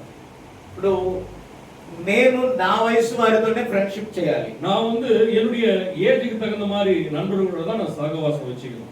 నేను వెళ్ళి ఈ చిన్న పిల్లలతో ఫ్రెండ్షిప్ చేస్తే సంథింగ్ రాంగ్. ஒருவேளை நான் இந்த மாதிரி சின்ன சகோதரத்துல நான் ஒரு ஐக்கியப்பட்டேன் என்றால் அது ஏதோ அதுல ஏதோ மாற்றம் இருக்கு, தவறு இருக்கு. ఒక చిన్న పాప, ஒரு சின்ன பாப்பா వాళ్ళ గ్రాండ్ మదర్ తో, అంటే అమ్మమ్మ అంటే ఓకే పార్టీ yes ఓకే కాబట్టి వాళ్ళ అమ్మమ్మతో స్నేహం చేసింది అంటే ప్రవక్త అంటాడు సంథింగ్ రాంగ్ అన్నాడు. திரும்ப சொல்கிறார், அந்த பிள்ளை அந்த பாட்டியோடு ஒரு தொடர்பு, அதாவது சகவாசத்துல இருந்தால் ஏதோ ஒரு மாற்றம், ఏదో ఒక తప్పు இருக்குன்னு ఉన్నది. కాబట్టి వాళ్ళ ఏజ్ లో ఏదో ఇప్పుడు ఫర్ ఎగ్జాంపుల్ గ్రాండ్ మదర్, నేను చైల్డ్, ఓకేనా? ఓకే, நான் வந்து ஒரு பிள்ளை, ஐயா வந்து ஒரு கிராண்ட் மதர். నేను కాన్వెంట్ నుంచి వచ్చాను. ఓకే, இப்போ வந்து நான் கான்வென்ட்ல இருந்து நான் வந்தேன்.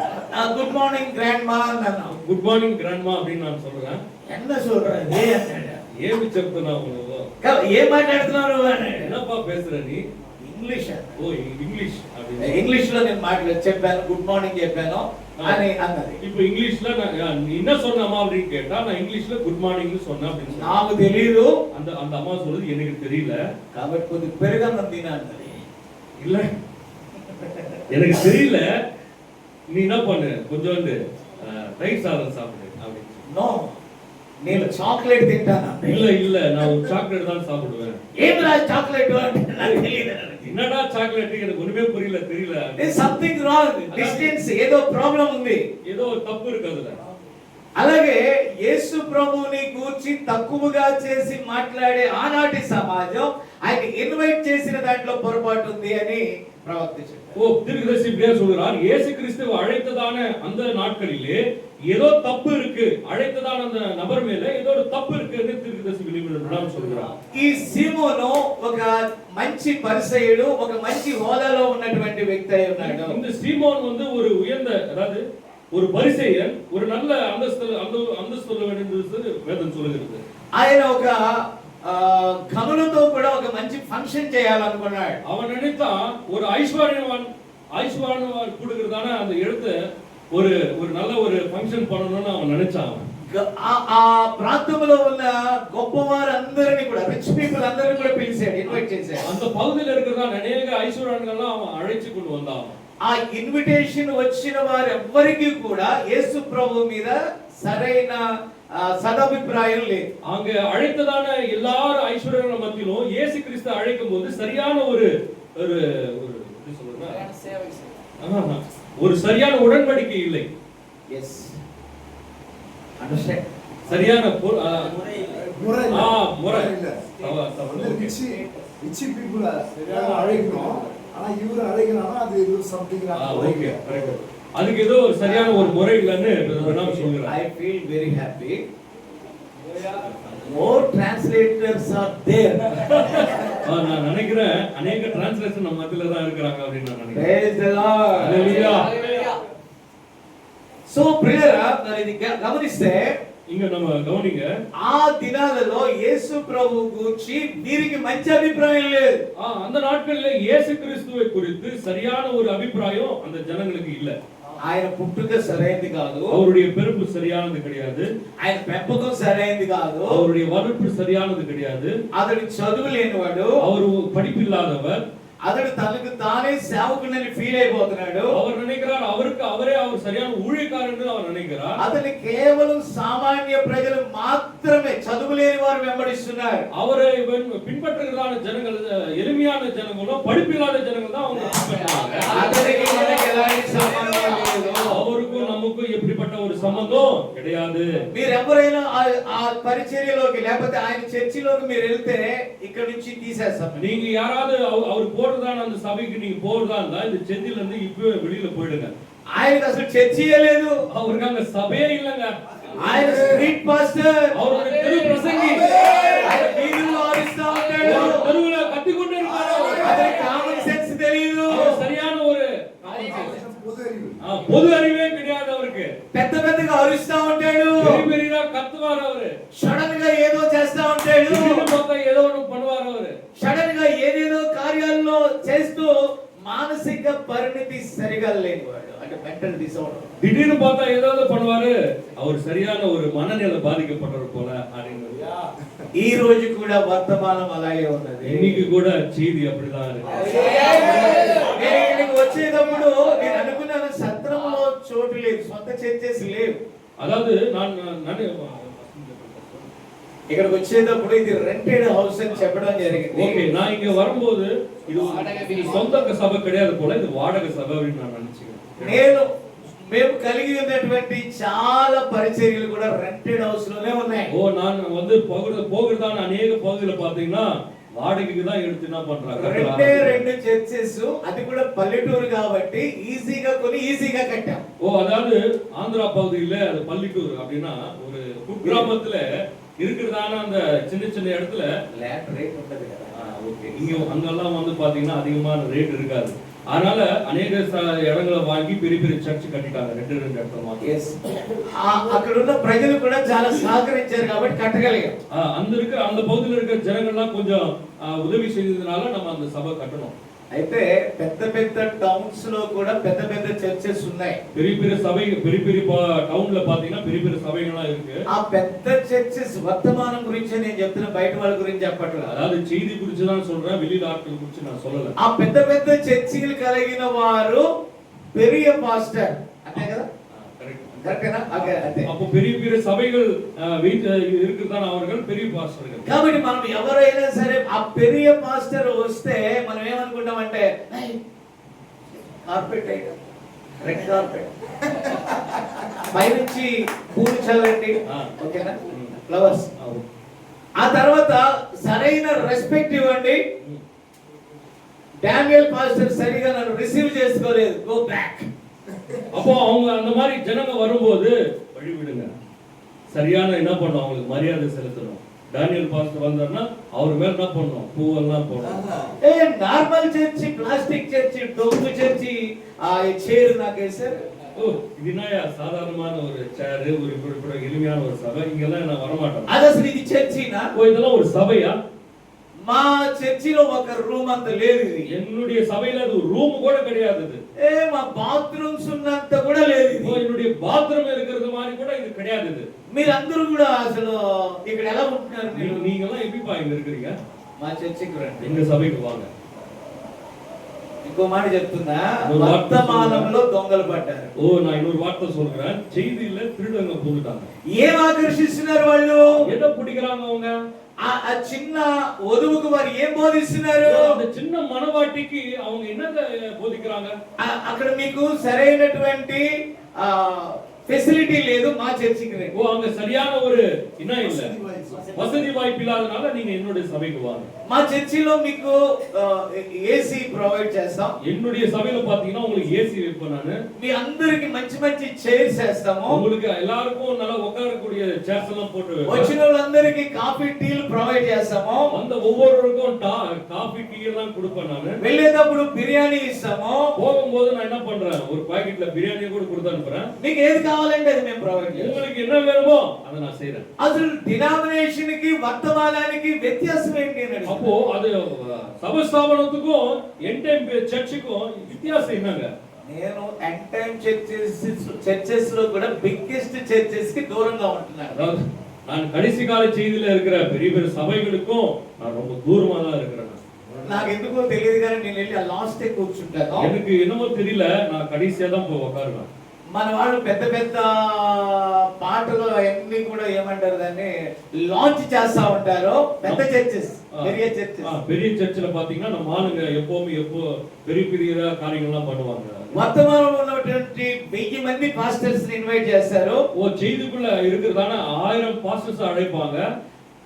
ఆరిపోయిన అమెరికా నుండి ఒక పాస్టర్ తెస్తారు. அதாவது காஞ்சி போன ஒரு அமெரிக்கால இருக்கிற ஒரு ஊழியக்காரர் கொண்டு வருவாங்க. అమెరికాలో ఉన్న వెలుగు మన మధ్య ఉంది. అమెరికాలో இருக்கிற வெளிச்சம் நம்ம మధ్యలో இருக்கு. అక్కడ వెళ్ళి ఆరిపోయిన పాత దీపాల స్టోరీలు చెప్పడానికి ఇక్కడ తీసుకొస్తారు. காஞ்சி போனதான பழைய உபதேசத்தை கொண்டு நம்ம மధ్యలో பேசுவாங்க. Jesus is here. యేసు క్రీస్తు நம்ம మధ్యలో இருக்கிறார்.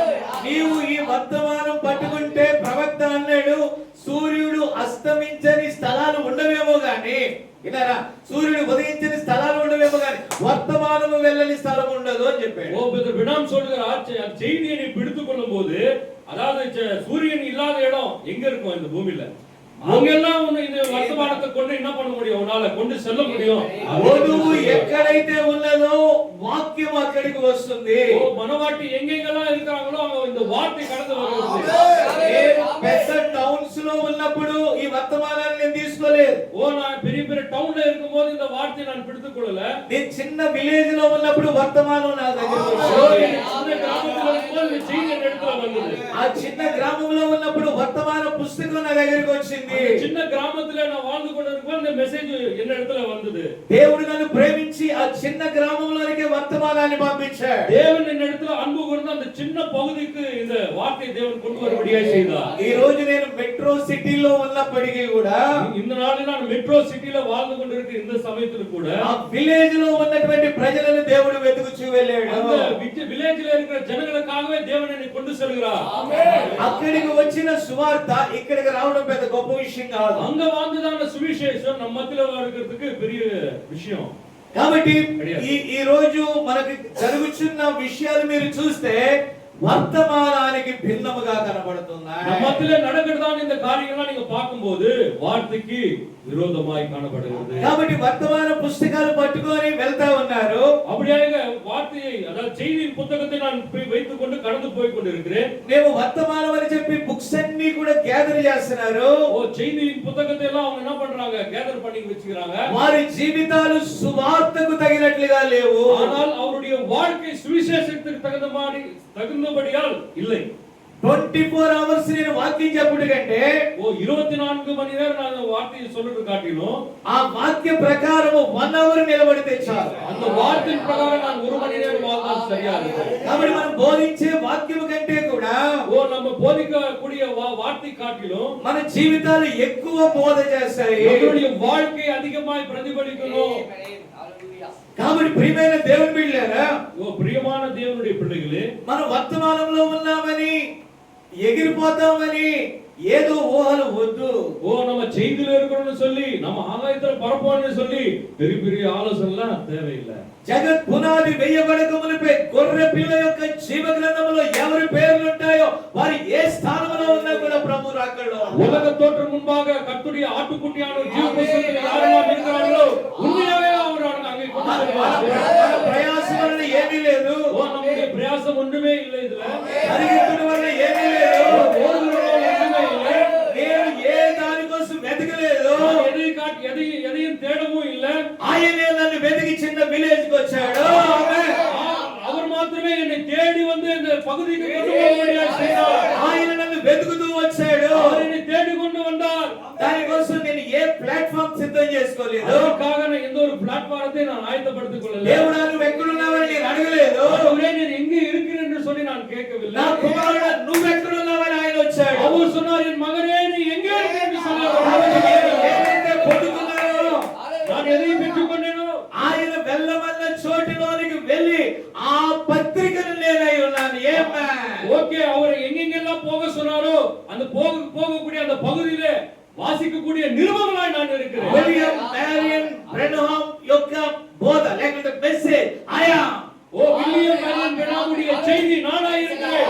ఆ మెసేజ్ నాలో పెట్టుకొని సజీవమైన వాక్యాన్ని ఆ ప్రాంతాలకు తీసుకొని அந்த వెళ్తాను. வார்த்தை எனக்குள்ளாய் வைத்து உண்மையாய் ஜீவிக்கிற தேவனுடைய வார்த்தையை கொண்டு செல்கிறேன். చాలా మంది వర్తమానంలో పెద్ద పెద్ద సేవకులు ఉన్నారు. இந்த செய்தியில अनेक பெரிய பெரிய ஊழியக்காரங்களா இருக்கிறாங்க.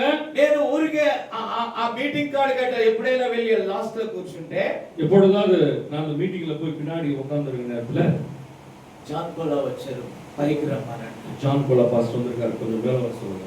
మీరు తప్పకుండా కొంచెం లోపలికి వచ్చి ஓ நீ அப்படி కోలా గారికి పెద్ద చేరు அம்மா நீ அங்க உட்கார்ந்து பா. பெரிய சர்ச் வைப்பாங்க. మంచి பெரிய చేరు chair. మంచి చేరు. பெரிய சேர் போடுவாங்க ஐயா.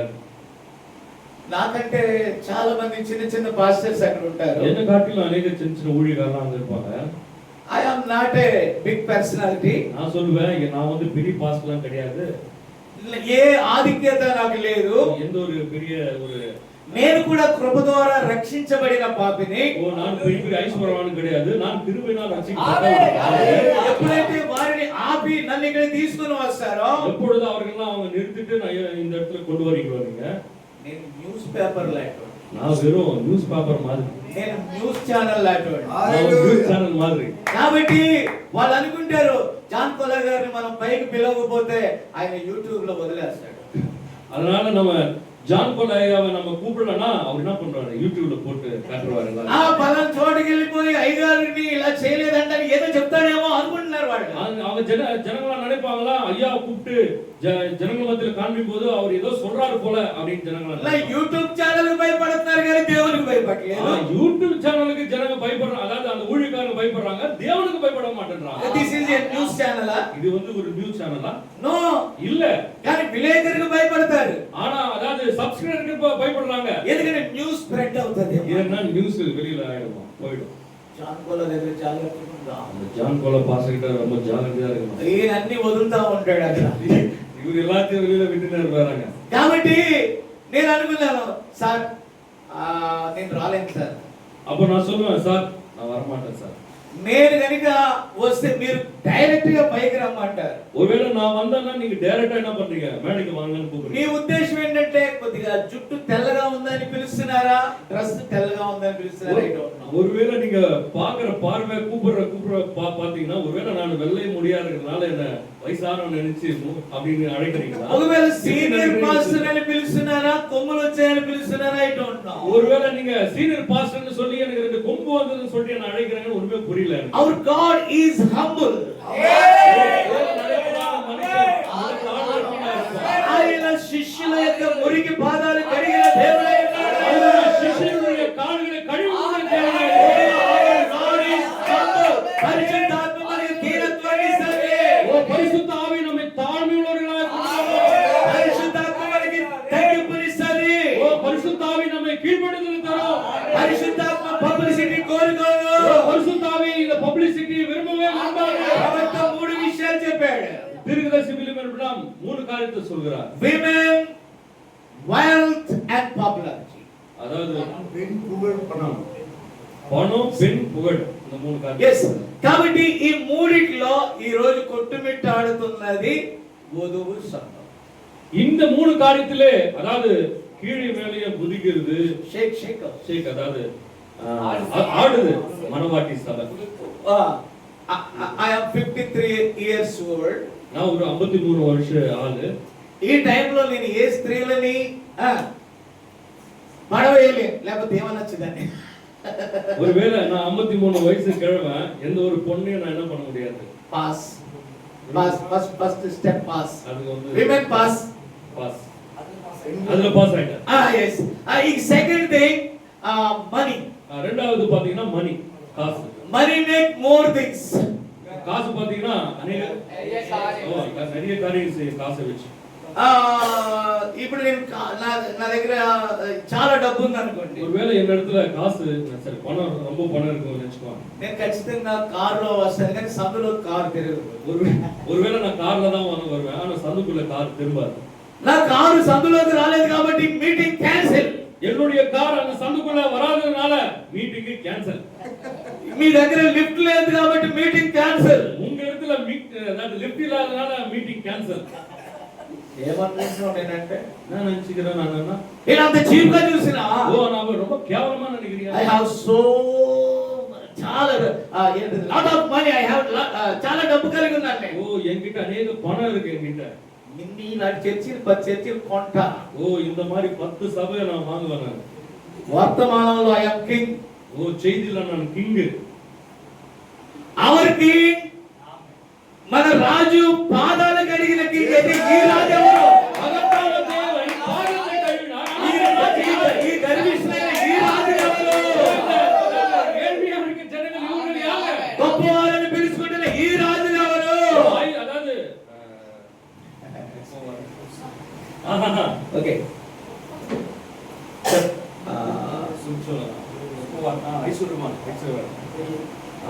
பெரிய ஆளுன்னு சொல்லிட்டு நீங்க நினைச்சிட்டு இருக்கிறீங்க. No problem daddy. క్వశ్చన్ అవలా ఈ రాజులు ఎవరు? இந்த அதாவது क्वेश्चन இன்னும் முடியல. இந்த ராஜாக்கெல்லாம் யாரு? గొప్పవారు అని చెప్పుకునే ఈ రాజులు ఎవరు? தான ஐஸ்வர்யவான்கள் பெரிய ஆட்கள்னு சொல்லி இந்த ராஜாக்கள் யாரு? తను తాను రిక్తునిగా చేసుకొని ఇక్కడికి వచ్చిన ఆ రాజు ఎవరు? தம்மை தாமே அடிமை ரூபம் எடுத்து அந்த ராஜா யாரு? భూమి మీద గర్విష్ఠులైన ఈ రాజు బిడ్డలు ఎవరు? இந்த பூமியில தாழ்மையா இருக்கிறதான இந்த ராஜாவின் பிள்ளைகள் யாரு?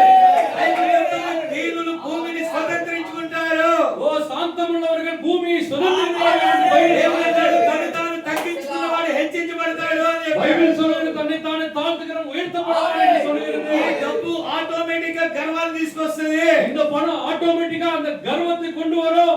మోషే ఐగుప్తు ధనం కంటే மோசேசுடைய எகிப்தினுடைய பணத்தை காட்டிலும் క్రీస్తు విషయమైన నింద భాగ్యమని நிந்தை நான் பாக்கியம் என்று நான் எண்ணுகிறேன். నేను మోసెస్ బ్రదర్ చూసి చాలా సంతోషిస్తాను. ஓ அந்த மோசஸ் பிரதர் பார்த்தா நான் ரொம்ப சந்தோஷப்படுறேன். ఆయన నా దగ్గరికి వచ్చినప్పుడు 3 చక్రాల కారు వేసుకొని వచ్చాడు. அந்த மோசஸ் பிரதர் என்னிடத்துல வரும்போது 3 சபைக்கு அவர் கார் போட்டு போறாங்க. That is your car, sir? யா உங்களுடைய காசு. உங்க சொந்த காசு இல்லையா? 3 wheels car. லாரி 4 wheel ఉంటాయి. அதாவது நீங்க வந்து 3 சக்கர కార్ல வந்தீங்களா? ఓయ్ బ్రదర్ ఆయన కూడా నా దగ్గరికి ఎలా వచ్చాడంటే 3 చక్రాల కారు వేసుకొని వచ్చాడు. அவர் இந்த இடத்துல வரும்போது 3 டயர்ல இருக்கிறதானே కార్ல வந்தாரு இந்த இடத்துல. ఇప్పుడు ఈ 6 చక్రాల కారు మనం తీసుకెళ్లి సిఆర్పి లో తెచ్చాయి. இந்த ரெண்டு சக்கரம் அதாவது 6 சக்கரம் இருந்ததான அந்த கார்ல என்ன பண்ணாங்க என்ன சிஆர்பில கொண்டு போய் சேர்த்தாங்க. నో నో నో నేను రాను. நான் சொன்னேன் நான் வர மாட்டேன். ఒక చక్రం తగ్గింది. அதுல ஒரு சக்கரம் குறைவா இருக்குது. ఏయ్ బయట చలిగా ఉంది. ஓ வெளியில பார்த்தா குளிரா இருக்குது. yes ఓకే కాబట్టి ఈ చలిలో నన్ను 3 చక్రాల వాహనంలో తీసుకెళ్తారా మీరు? குளிர்ல 3 சக்கர வாகனத்துல என்ன கொண்டு போவீங்களா நீங்க? No sir. இல்ல பிரதர். మీరు వెళ్ళిపోండి. நீங்களே போங்க. నేను క్యాబ్ బుక్ చేసుకుంటాను. நான் வந்து கேப் புக் பண்ணிக்கிறேன் நான். இல்ல இல்ல. ఇలాగ చాలా మంది నా దగ్గరికి వచ్చిన సేవకులు ప్రారంభంలో అలిగిపోయారు. இந்த மாதிரி अनेक ஜனங்கள் செய்தில இருக்கிற ஜனங்கள் என்ன காட்டுல என்ன பண்ணாங்க? விரோதமா போய்ட்டாங்க அலிகி. మన రాజు హంబుల్. ఓ நம்மளுடைய தேவன் నాకు కావాల్సింది మోసెస్ బ్రదర్ ఫ్రెండ్షిప్. ஓ எனக்கு தேவைப்படுகிறது மோசஸ் பிரதருடைய சகவாசம் ஃப்ரெண்ட்ஷிப். ఆయన బ్రైడ్. அவர்தான் மணவாட்டி. You are bride. இவர்தான் மணவாட்டி. ఆయన బ్రైడ్. அவர் மணவாட்டி. మనందరిది ఒక బ్లడ్. ஓ நாம் எல்லாரும் ஒரு ரத்தம். రైల్లో వస్తే నాకెందుకు? కార్లో వస్తే నాకెందుకు? నేను చక్కగా రైల్లో వచ్చాను. ரைட்ல வந்தா எனக்கு எதுக்கு? கார்ல வந்தா எனக்கு எதுக்கு? நான் கம்முனு ட்ரெயின்ல வந்துட்டேன். దేవుని స్తోత్రం కలుగునుగాక. கர்த்தருக்கு பரிசுத்த நாமத்துக்கு மகிமை உண்டாகட்டும். కారు వద్దని నేను చెప్పట్లేదు. கார் வேணாம்னு நான் சொல்றது கிடையாது. మా అబ్బాయి ఫిల్మ్ ఇండస్ట్రీలో చేశాడు కొద్ది కాలం రక్షణ పొందక ముందు. அதாவது என்னுடைய பையன் ரட்சிக்கப்படுவதற்கு முன்பாக பிலிம் இண்டஸ்ட்ரியில வேலை செஞ்சான். ఎడిటర్ ప్రవీణ్ కోలా. அந்த தம்பி பேரு எடிட்டிங் ఫిల్మ్ ఎడిటర్. பிலிம்ல வந்து editor, assistant editor. A lot of money. అనేక పணம் வருது. మంచి పొజిషన్ అన్ని తెచ్చినప్పుడు i20 కారు కొన్నా. அதாவது எல்லாம் பணம் அதிகமா வரும்போது நான் i20 கார் என்ன ఆ తర్వాత 7 సీటర్ కారు కొన్నా. 7 సీటర్ காரை நான் வாங்கினேன். దేవుడు అన్నాడు ఈ కార్లు వద్దు అన్నాడు. దేవుడు சொன்னா இப்படிப்பட்ட கார்லாம் நமக்கு தேவையில்லப்பா. ఎందుకు వద్దు అన్నాడంటే అతనికి డబ్బు వస్తుంది కానీ రక్షణ లేదు. ஏன் தேவன் சொன்னார்னா அவனுக்கு பணம் வருது அதனால ரட்சிப்பு ரட்சணை లేదు. எஸ் ஓகே பணம் இருக்கிறதுனால காரணங்கள வாங்க முடியும் ஆனா ரட்சிப்பு வாங்க முடியாது. பரிசுத்த நாமம் மகிமைப்படுவதாக. ఆ రక్షణ లేని వ్యక్తి నాకు ఇచ్చే డబ్బుల ద్వారా వచ్చే కారు నాకు వద్దు. அந்த రட்சிப்பே ఇల్లాத அவன் குடுக்குறதான காசுல எனக்கு காரே வேண்டாம். 5 years back 5 வருஷத்துக்கு முன்னாடி మా అబ్బాయికి ఏమైందంటే ఈ ఎడిటింగ్ డే అండ్ నైట్ వాళ్ళకి ఫిల్మ్ అందించాలి. ఎడిటింగ్ చేశాను. ஓகே 5 வருஷத்துக்கு முன்னாடி என்னுடைய பையன் வந்து அந்த எடிட்டிங் வேலை செய்யணும். அந்த கை ఈ నర్వ్స్ అన్ని కూడా డల్ అయిపోయింది. அந்த கையில வேலை செய்யறதால இந்த நரம்பெல்லாம் அப்படியே బ్యాక్ ఇదంతా కూడా బోన్ డిసార్డర్ అంటే ప్రాబ్లం వచ్చేసింది. என்னுடைய பையனுக்கு பாத்தீங்கன்னா பின்னாடி இருக்கிற அந்த முதுகெலும்பு எல்லாம். మా కోడలికి కూడా డెంగ్యూ ఫీవర్ వచ్చేసి చాలా రోజులు బెడ్ మీద ఉండిపోయింది. என்னுடைய மருமகனும் டெங்கு காய்ச்சல் வந்து பெட்ல படுத்துட்டாங்க. మా మనవడికి బ్లడ్ ఇన్ఫెక్షన్ వచ్చింది. என்னுடைய பேர பையனுக்கு பிளட் இன்ஃபெக்ஷன் வந்தது. కాబట్టి మా మనవరాలకు కూడా హెల్త్ సరిగా ఉండేది కాదు. எப்பொழுது கூட என்னுடைய பேர பிள்ளை வந்து சரியான ஹெல்த் உடல் நலம் சரியா எப்பவுமே இருக்காது. మా అబ్బాయి అన్నాడు, என்னுடைய பையன் சொன்னாரு, నాన్న నేను ఏదైనా తప్పు చేశానా? அப்பா நான் ஏதாவது தப்பு செய்தேனா? నేను అన్నిట్లో నీకు డబ్బులు ఇస్తున్నాను కదా. நான் எல்லாத்துலயும் உனக்கு நான் காசு கொடுக்கிறேனே. నేను అన్నాను దేవుడు నిన్నే కోరుకుంటున్నాడు. நான் சொன்னேன் கர்த்தர் உன்னதான் தேர்ந்தெடுத்திருக்கிறார். కాబట్టి నేను నీకు నీవుగా దేవుని విషయాలు తెలుసుకునేదాకా నేను నిన్ను ఏమి చెప్పడానికి ట్రై చేయట్లేదు. உனக்கு நீயே தேவனை தெரிந்து கொள்ளாத பட்சத்துல நான் ஒண்ணுமே செய்ய முடியாது. ఆ తర్వాత నాకు చెప్పకుండానే హైదరాబాద్ నుంచి ఆంధ్ర వచ్చేసాడు. அவனுக்கு அதாவது என்ன இடத்துல சொல்லாமவே ஹைதராபாத்ல இருந்து ஆந்திராக்கு வந்தான். నేను చిన్న చిన్న ఫోటోగ్రఫీలో చిన్నవి చేసుకుంటా ఇక్కడే ఉంటాను అన్నాడు. அவன் சொன்னா நான் இந்த சின்ன போட்டோகிராஃபி இதே செஞ்சீங்கன்னா இங்கே இருக்குதா அப்படின்னு சொன்னான். 5 సంవత్సరాలు కరోనా అయిపోయిన తర్వాత ఆ 5 ఇయర్స్ అంటే 2025 కదా, 2020 తర్వాత ఆ 5 సంవత్సరాల్లో పరిపూర్ణంగా దేవుడు పట్టుకున్నాడు. 2020 தொடங்கி இந்த 5 வருஷத்துல தேவன் பரிபூர்ணமாய் பிள்ளை எடுத்து பயன்படுத்த தேவன் ஆரம்பிச்சார். అప్పుడు దేవుని కోసం నేను ఏం చేయాలని అడిగాడు. அப்போ தேவனுக்காக நான் என்ன செய்யணும்னு கேட்டான். என்ன నా దగ్గర డబ్బు లేదు అన్నాడు. என்ன இடத்துல காசு இல்லையா அப்படின்னு சொல்றான். ఇప్పుడు నేను ఏమి భౌతికంగా ఏం చేయలేను అన్నాడు. அவன் சொல்றான் இந்த உலக பிரகாரமா இப்போ நான் எதுவுமே என்னால செய்ய முடியாது அப்படின்னு சொல்றான். నేను అన్నాను నువ్వే దేవునికి సరైన. நான் சொல்றேன் நீதான் சரியான நபர். కాబట్టి ఇప్పుడు కైకలూరు అటు సైడ్ ప్రాంతంలో దైవ సేవకుల ద్వారా ఆటేషన్ తీసుకొని ప్రభు సేవ చేస్తున్నారు. இப்பொழுது அந்த கைக்குள்ளூர் ஆந்திரா பகுதியில சர்ச் பாஸ்டர் இடத்துல కైకలూరు చర్చి సభ్యుడు அவர் வந்து கைக்குள்ளூர் சர்ச்ல ஒரு அங்கத்தினர். ఓకే, కాబట్టి ఈ మెసేజ్ ని అతడు అనుభవించాడు. ఓకే, இந்த செய்தியை அவர் அனுபவித்தார். அவர் ఈ మెసేజ్ ద్వారా అతడు తన ఉన్నతమైన వాటిని విడిచి వచ్చేసాడు.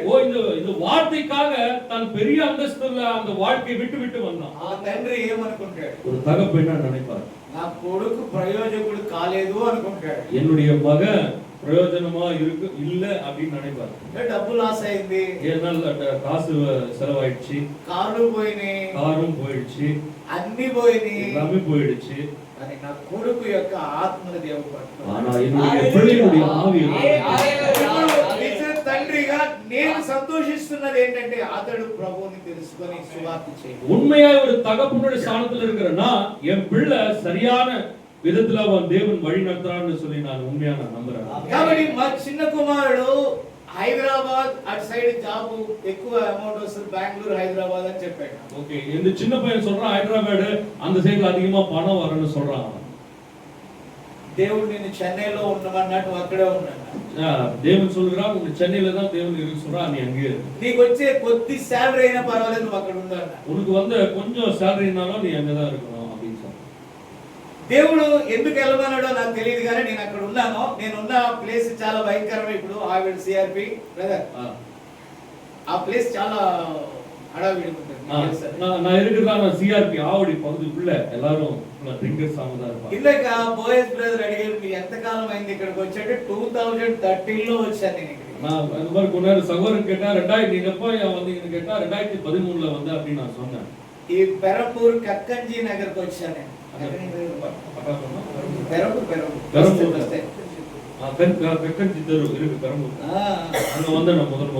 అక్కడ ఒక ఫ్యామిలీ తెలుసు కదా, సంపత్ బ్రదర్, సంపత్ వాళ్ళ ఫ్యామిలీ ఉండేది మన ఐజక్ వసంత్ కుమార్ గారి దగ్గర కట్టేలో. అక్కడికి వచ్చినప్పుడు నేను అక్కడ సువార్త చెప్పానండి అక్కడ కక్కంజీ నగర్. அப்போ 2013ல அந்த கக்கஞ்சி பகுதியில் வரும்போது நான் சுவிசேஷத்தை ఆ తర్వాత అక్కడ ప్రేయర్ జరుగుతూ ఉన్నప్పుడు సిఆర్పి నుంచి కొంతమంది వచ్చారు. அங்க அதாவது ஆராதனை நடக்கும்போது சிஆர்பில இருந்து சில ஜனங்கள் வந்தாங்க. ఆ తర్వాత కరోనా వచ్చినప్పుడు నేను ఎవరితో కమ్యూనికేషన్ లేదు. அப்போ நடுவுல கொரோனா வந்ததுனால யார் இடத்துல எனக்கு தொடர்பு இல்லாம போயிடுச்சு. అప్పుడు ఈ ఆన్లైన్ అంటే ఫోన్ కాన్ఫరెన్స్ అండ్ యూట్యూబ్ ద్వారా కొన్ని వాక్యాలు చెప్పడం ప్రారంభించాను. அப்போ இந்த ఆన్లైన్ல இந்த செய்தியை சொல்லும்படியாக நான் ஆரம்பிச்சேன். ఆ విధంగా అక్కడ దేవుడు 12 మందికి బాప్తిస్మం ఇవ్వడానికి కృప చూపాడు. அந்த நாளிலே 12 பேருக்கு ஞானஸ்நானம் எடுக்கும்படியா దేవుని కృప பாராட்டினார். కరోనా సెకండ్ వేవ్ నడుస్తున్న వేళలో కరోనా రెండవది ముறை வரும்போது నేను బస్సు ట్రైన్స్ లేవు, బస్సులు ఒక కారు ఆటో పట్టుకొని ఇక్కడికి వచ్చాను. ஒரு பஸ் ட்ரெயின் அதெல்லாம் இல்ல, ஒரு பஸ் அப்படி ஒரு ஆட்டோ புடிச்சு இங்க வந்துட்டாங்க. అలా వచ్చి 12 మందికి ఇక్కడ బాప్తిజం ఇచ్చారు. அப்படியா வந்து 12 பேருக்கு நான் ஞானஸ்நானம் கொடுத்தேன். ఇలాగే ఒక చిన్న ఇంట్లో వాళ్ళు కూడుకొని ఉండేవాడు. இப்படியாக ஒரு சின்ன கூடுகை ஒரு அப்படி கூடி நின்றாங்க. ఒక సండే నాని బ్రదర్, ஒரு சண்டே இருந்து pastor, you know Nani brother. ఒక సండే ఏదో అనదర్ బ్రదర్, ஒரு சண்டே நானி பேதரும், ஒரு சண்டே இன்னொரு பேதரும், ఆ విధంగా అక్కడికి వచ్చి వెళ్తా ఉండేవాడు. அப்படியாக நான் அங்க என்ன பண்ணுவேன், வந்துட்டு போயிட்டு இருக்கிறேன். ఆ తర్వాత ఒక 2 ఇయర్స్ బ్యాక్ ஒரு 2 வருஷம் கழிச்சு మా చిన్న అబ్బాయికి మ్యారేజ్ చేయాలనుకుంటున్నప్పుడు என்னுடைய சின்ன பையனுக்கு விவாகம் திருமணம் செய்யணும்னு நான் நினைச்சிட்டு ఈ இருக்கும்போது, కరోనా సమయంలో ఇంకెవరు కూడా ఇటువైపుగా రాలేదు బ్రదర్. அதாவது இந்த கொரோனானால யாருமே சகோதரன் இந்த பக்கம் வந்ததா எனக்கு தெரியல. దేవుడు ఆ టైంలో నువ్వు వెళ్ళొచ్చు కదా అని అన్నాడు. தேவன் சொல்றா, ஏன் நீ போகக்கூடாதா அப்படின்னு சொல்றாரு. నిన్న శామ్యూల్ బూంబాక అన్నారు, சாமியல் பூம்பாக்கா ஐயா அவர் சொல்றாரு, చెన్నైలో అయినా ఉంటారా అని అడిగారు. சென்னையிலே இருப்பீங்களா அப்படின்னு ఫోన్ பண்ணி கேட்டாரு. నేనన్నా ఇక్కడ ఎవరైనా సరైన వాడు ఎవరైనా ఉంటే ఏమో నాకు తెలియదు, ఇంతవరకే ప్రస్తుతానికి ఆగాను, కదులుద్దో లేదో నాకు తెలియదు అన్నాడు. நான் சொல்றேன் அந்த ஊழியக்காரர்கிட்ட, இன்னும் தேவனுடைய ஜனங்க இருக்கிறாங்களோ இல்லையா எனக்கு தெரியாது, தேவன் எப்படி வழிநடத்துறாரோ அப்படின்னு நான் போவேன் அப்படின்னு ఇప్పుడు சொல்றேன். శామ్యూల్ బూంబాక అన్నారు, ఇప్పుడు ఆగలే బ్రదర్, ముసలోడు అయిపోయావు కదా అన్నారు. அந்த சாமியல் பூம்பால் அந்த ஐயா சொல்றாரு, வயசாச்சு போதும் அப்படின்னு சொன்னாரு. నేనన్నాను, నాలో యేసయ్య ముసలాయన అవ్వలేదు అని ஓ, எனக்குள்ள இருக்கிற தேவன் அவர் వయసావలియా. నన్ను బలపరచువాని అంటే ఏదైనా చేయడానికి ఇంకా రెడీగా ఉన్నావు. ஓ, என்ன பலப்படுத்துகிற கிறிஸ்துவினாலே எல்லாவற்றையும் செய்ய பலன் உண்டு என்று சொல்லி தேவன் என்னை வழிநடத்துகிறார். బలపరచవలసింది పరిశుద్ధాత్మ గాని డబ్బు కాదు. ஓ, நம்மை வழிநடத்த வேண்டும், அதாவது நம்மை வழிநடத்தக்கூடியது பரிசுத்தாவை தவிர்த்து பணம் கிடையாது.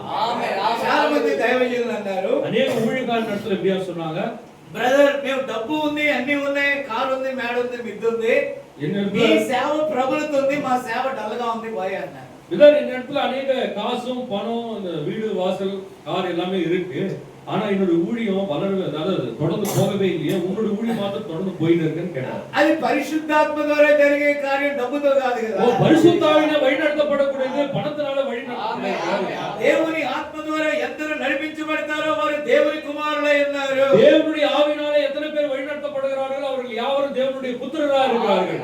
ఈ వర్తమానము గుంటూరులో ఉన్న ఒక దైవజనుడి ద్వారా నాకు వచ్చింది. இந்த செய்தி குண்டூர் பகுதியில் இருக்கிறதான ஒரு ஊழியக்காரர் மூலமா இந்த ఆయన పేరు రాజమణి ఇజ్రాయెల్. அவர் பேரு ராஜமணி இஸ்ராயேல். ఓకే, ఆ బుక్స్ కూడా ఉంటాయి. அவர் புக்ஸ் கூட இருக்கு. Okay right. సో ఆయన నాతో అనేవాడు, అక్కడ నేను జస్ట్ బైబిల్ తెలుగులో జస్ట్ మిస్టేక్ వచ్చినప్పుడు, அங்க இருக்கும்போது பைபிள் படிக்கும்போது பைபிள்ல சில மிஸ்டேக் வரும்போது, నేను తమిళనాడు శివకాశి నుండి వచ్చాను. அதாவது அவர் சொல்றாரு, நான் தமிழ்நாடுல இருந்து சிவகாசி பகுதியில இருந்து நான் வரேன். నేను ప్యూర్ గా తెలుగు బైబిల్ చదువుతున్నా. ஓ, நான் பியூரா தெலுங்கு பைபிள் தான் நான் படிக்கிறேன் அப்படின்னு சொல்றாரு. తెలుగులో పుట్టి తెలుగు బైబిల్ చదవట్లేదు. என்னங்கய்யா தெலுங்குல பிறந்து தெலுங்கு பைபிள் படிக்கல அப்படின்னு சொல்லுற மாதிரியே பாக்குறேன். నీవు మరొక అంటే నీవు తమిళనాడులో వెళ్తే గెట్ అవుతావు అని ఇప్పుడు అవుతున్నాను నేను. இப்போ சொல்றாரு, தமிழ்நாடு பகுதியில நீ மறுபடியும் போவியா அப்படின்னு சொல்லும்போது நான் இப்போ அதான் நினைக்கிறேன். நான் మా మాస్టర్ గారు తమిళనాడు నుంచి ఆంధ్ర వచ్చాడు. என்னுடைய ஊழியக்கார் தமிழ்நாடுல இருந்து ஆந்திராக்கு வந்தா, నేను ఆంధ్ర నుంచి తమిళనాడు వచ్చాను. நான் ఆంధ్రాல இருந்து தமிழ்நாட்டுக்கு வந்துட்டேன். ఆయన చెప్పాడని నేను రాలా. அவர் சொன்னதுனால நான் வரல. నాకు తెలియకుండానే దేవుడు విన్నాడేమో, ఆయన అలా పంపాడు. అది జరిగింది. தேவன் கேட்டார், எனக்கு தெரியவே இல்ல, தேவன் கேட்டார் போல இருக்கு. మోసెస్ బ్రదర్ మీరు ఇక్కడ ఎందుకు వచ్చారు బ్రదర్, నాకు అర్థం కాలేదంటే ఏం ఎందుకు వచ్చారో నాకు అర్థం కాలేదు, ఆయనకి తెలుసు. అయితే மோசஸ் கேட்ட பிரதர் நீங்க எப்படி பிரதர் இங்க வந்தீங்க அப்படின்னு கேட்டா அவர் சொல்லுவாரு, நான் வரல பிரதர், தேவன் தான் கொண்டு வந்தார். ఫెలోషిప్ ఇలా కలవటానికి పంపాడేమో. ஒருவேளை நம்மளுடைய சகவாசம் ஃப்ரெண்ட்ஷிப் இப்படியா இருக்கிறதுக்காக தேவன் கொண்டு வந்தார். డానియల్ బ్రదర్ చర్చిలో ఈ వాక్యం చెప్పడానికి పంపాడేమో. ஒருவேளை டேனியல் பாஸ்டருடைய சபையில இப்படியா ஃபெலோஷிப் இருக்கும்படியா பிரசங்கம் பண்ணபடியா தேவன் கொண்டு வந்தாரோ, అది దేవునికే తెలుసు. ఆమేన్, హల్లెలూయా.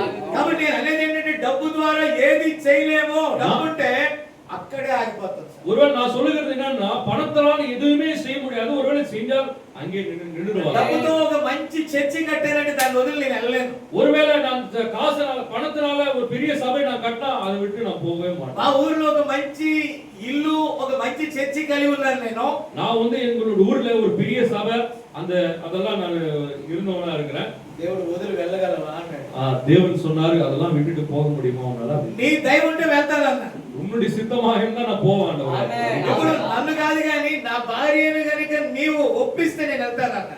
ஆண்டவர் இடத்துல நான் கேட்கிறேன், என் மனைவிய நீங்க என்ன பண்ணுங்க, சரி பண்ணுங்க, பேசுங்க. அவங்க பேசுனாங்கன்னா நான் கிளம்பி போறேன் ஆண்டவரே. దేవుడు ఆమెను నొప్పించి ఒప్పించాడు. அதாவது என் மனைவிய பேசி சம்மதிக்க కాబట్టి ఇప్పుడు నేను ఎక్కడికి వెళ్ళినా కూడా ఆమె రాగలదు. இப்போ நான் எங்க போனாலும் என் மனைவி என் கூட தான் வருவாங்க. చెన్నై కాదు చైనా వెళ్ళినా కూడా రాగలదు. சென்னை இல்ல சைனா போனா கூட என் மனைவி எனக்கு கூட வருவாங்க. కారణం ఏంటంటే దేవుడు ఎక్కడ కొట్టాలో అక్కడ కొట్టాడు. காரணம் என்னன்னா தேவன் எங்க சரியா அடிக்கணுமோ அங்க சரியா ఈ அடிக்கணும். రోజు వర్తమాన సేవకుల్లో చాలా మంది అన్నారు నా భార్య వల్ల నేను వెళ్ళలేకపోతున్నాను బ్రదర్. இன்னைக்கு செய்தியில இருக்கிற அநேக பாஸ்டர்ஸ் ஊழியக்காரங்க சொல்றாங்க, என் மனைவினால நான் அதிக நேரம் அதாவது ஊழியத்துல தொடர்ந்து போக முடியாது அப்படின்னு சொல்றாங்க. భార్యను తీసుకెళ్ళి బ్రదర్. உன்னுடைய மனைவி கொண்டு போக முடியாது. ఎలా బ్రదర్ కుదరదు బ్రదర్. இல்ல பிரதர் அதெல்லாம் முடியாது பிரதர். నేనంటే ప్రవక్తలాడు దేవుడు ఒక సేవకుడిని పిలిస్తే நான் சொல்லல பிரதர் பினாம் சொல்றாரு, தேவன் ஒரு ஊழியக்காரை அழைக்கும் போது ఖచ్చితంగా ఆమెను కూడా ఆయన పిలుస్తుండాలి. உண்மையாகவே தன்னுடைய மனைவி கூட தேவன் சேர்ந்து அழைக்கிறார். ప్రియమైన దేవుని బిడ్డలారా, பிரியமான தேவனுடைய பிள்ளைகளே, ఈ రోజు చాలా మంది వర్తమానంలో మనం ఉన్నామని చెప్పుకుంటున్నారు కానీ இன்னைக்கு செய்தியில அநேக பேர் நான் இருக்கிறேன்னு சொல்லிக்கிறாங்க. దేవుడు కలుగుచున్నప్పుడు కదలటానికి ఎవరు కూడా ముందుకెళ్ళకపోవడానికి గల కారణం మనీ. தேவன் புறப்பட்டு போ அப்படின்னு சொல்லும்போது புறப்பட்டு போகாம உட்கார்ந்து இருக்கிறது காரணம் என்னன்னா காசு, மணி. దేవుడు అన్నాడు నీ ధనం ఎక్కడ ఉంటదో నీ ప్రాణం ఎక్కడ ఉంటది అన్నాడు. தேவன் சொல்றார் உன்னுடைய பணம் காசு எங்க இருக்கோ அங்கதான் உன்னுடைய మనసు இருக்கும்.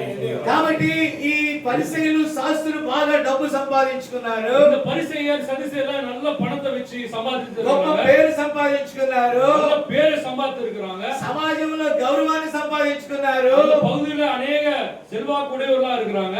దేవుణ్ణి మాత్రం పోగొట్టుకున్నారు. ஆனா தேவனை மாத்திரம் எடுத்துட்டாங்க அவங்க. కాబట్టి ఈ ఒకవేళ డబ్బు పిచ్చి కూడా పాస్ అయ్యారు. ஒருவேளை இந்த பணத்தினுடைய ஆசை அதுலயும் நான் பாஸ் ஆயிட்டேன். Third one last what is that? ఏంది? పాపులారిటీ. புகழ், பாப்புலாரிட்டி, புகழ். ఓకే. ఆ పాపులారిటీ ఏంటంటే brother Moses say about me. அதாவது புகழ் என்பதற்கு ஒரு எக்ஸாம்பிளா நான் சொல்றேன் பாருங்க. డానియల్ ఈ చిన్న సందులో దైవ సేవకులు పిలిచి పెట్టడం మంచిది కాదు. புகழ் என்பது அதோடைய காரியம். நான் ஒரு சின்ன காரியத்தை சொல்றேன் பாருங்க. இந்த சந்துல இப்படிப்பட்ட ஆராதனை வைக்கிறது சரி கிடையாது. బ్రదర్ కార్ BMW కార్, ஒரு BMW கார் வச்சீங்கன்னா ఏదైనా చిన్న గుడిసె అంటే చిన్న హౌస్ ఏదైనా ఉంటే తగిలితే గీత పడుతుంది. BMW వాల్యుబుల్ కార్ ஏதோ ஒரு உயர்ந்ததான கார், அது ஒருவேளை அந்த உங்க சந்துக்குள்ள வரும்போது அது கிராச் ஆயிடுச்சுன்னா దైవజనులు అక్కడికి రాలేదు. அந்த ஊழியக்காரங்க வரமாட்டாங்க.